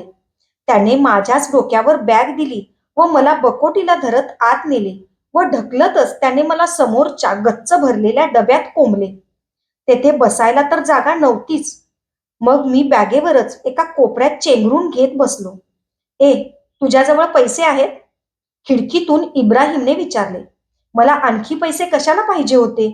तानी मावशीने दिलेले 2 आणे पुरे होते. आहेत. तानी मावशीने मला 2 आणे दिले आहेत. मी म्हणालो.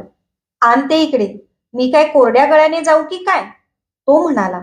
मी त्याला माझे 2 आणे देताच तो स्टेशनवरच्या चहाच्या दुकानाकडे गेला. तेथे ताटात पिवळी धमक्क भजी होती. त्यातील एक उचलून तो खात असता मला देखील एकदम भूक लागली. ती भजी मऊ, गरम, मसालेदार असावी. मला कोणीतरी हलवून उठवले. त्यावेळी वेडेवाकडे झोपून माझी मान अगदी अवघडून गेली होती. माझे स्टेशन आले होते. लोकरीची गरम टोपी घातलेल्या म्हाताऱ्याने मला हलवले नसते तर मी तसाच गेलो असतो पुढे.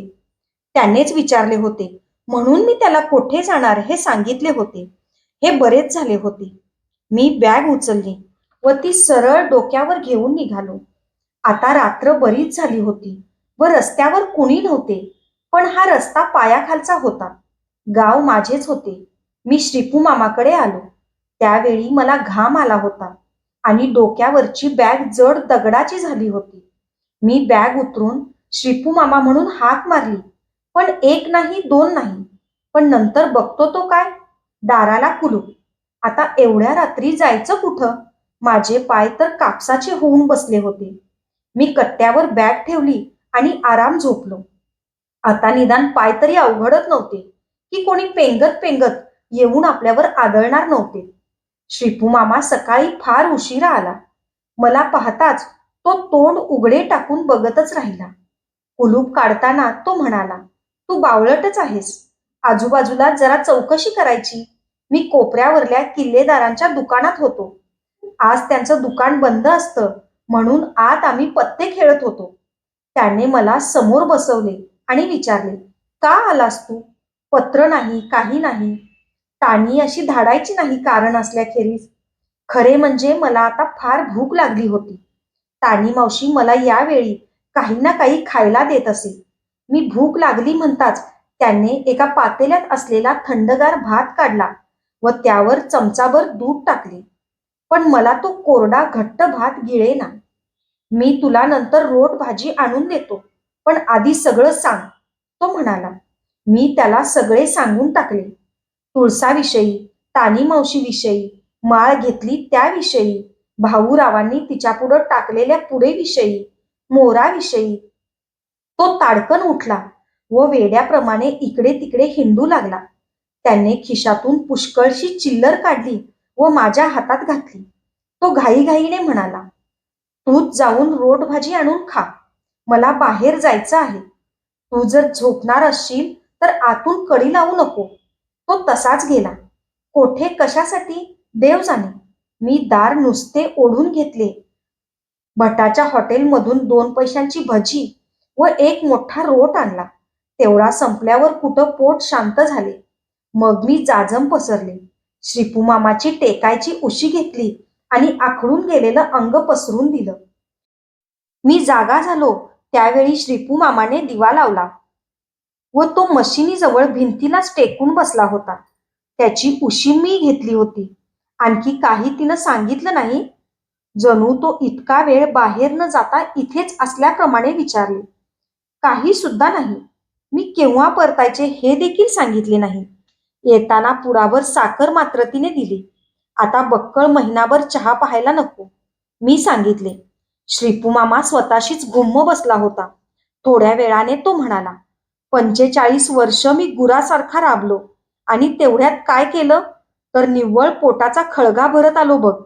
अरे, अचानक पाहिजे झाले तर आज मला 15-20 रुपयांची ऐपत नाही. आज 20 ठिकाणी मी भटकलो.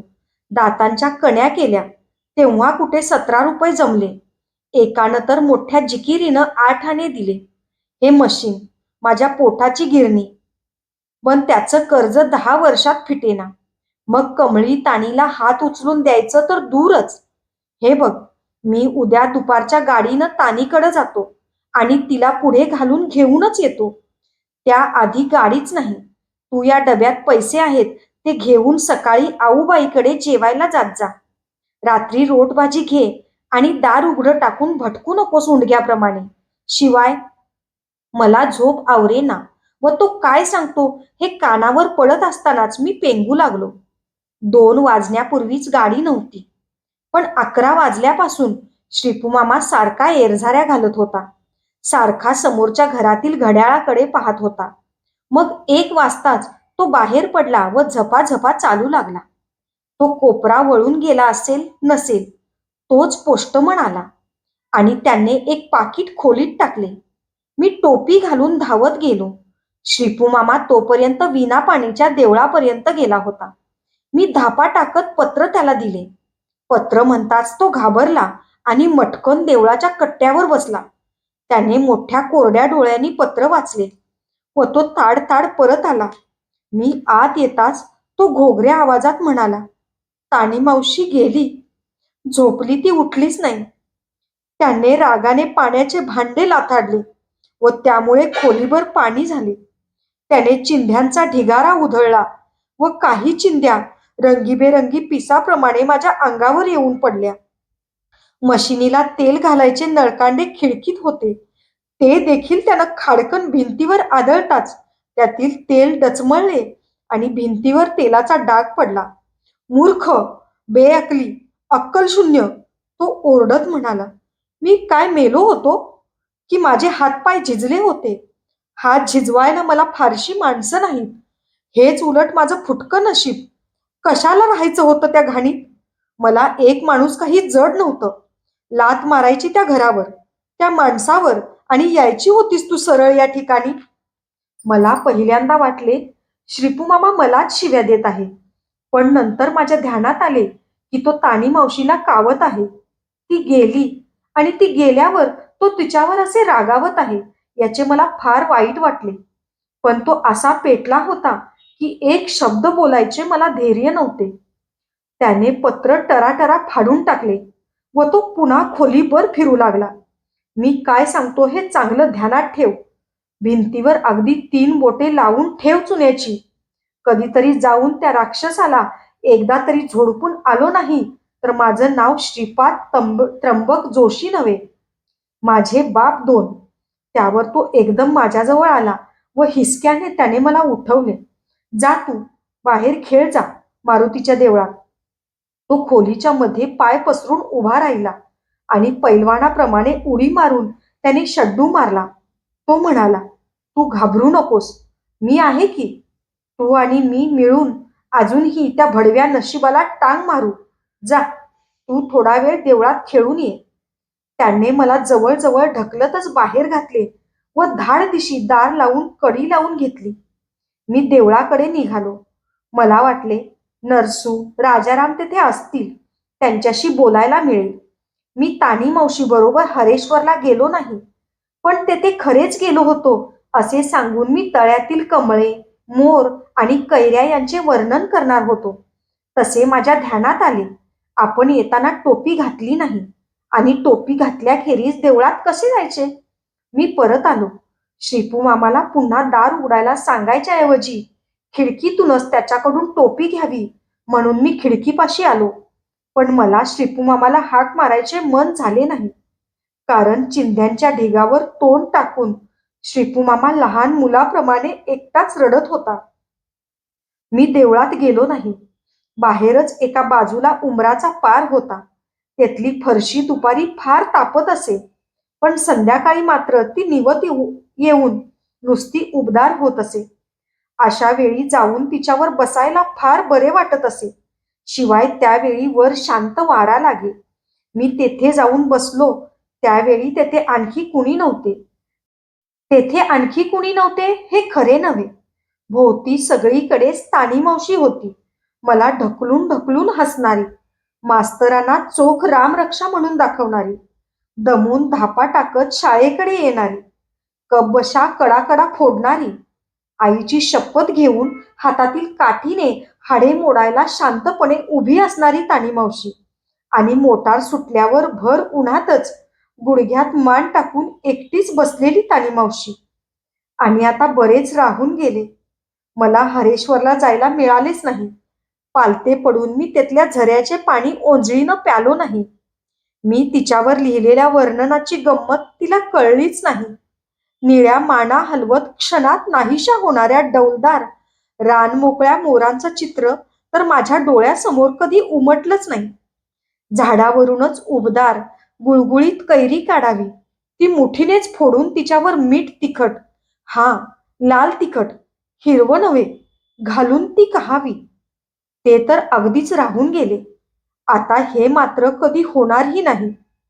कारण ताणी मावशी गेली व जाताना माझी मीठ तिखटाची कैरी ती आपल्याबरोबर घेऊन गेली.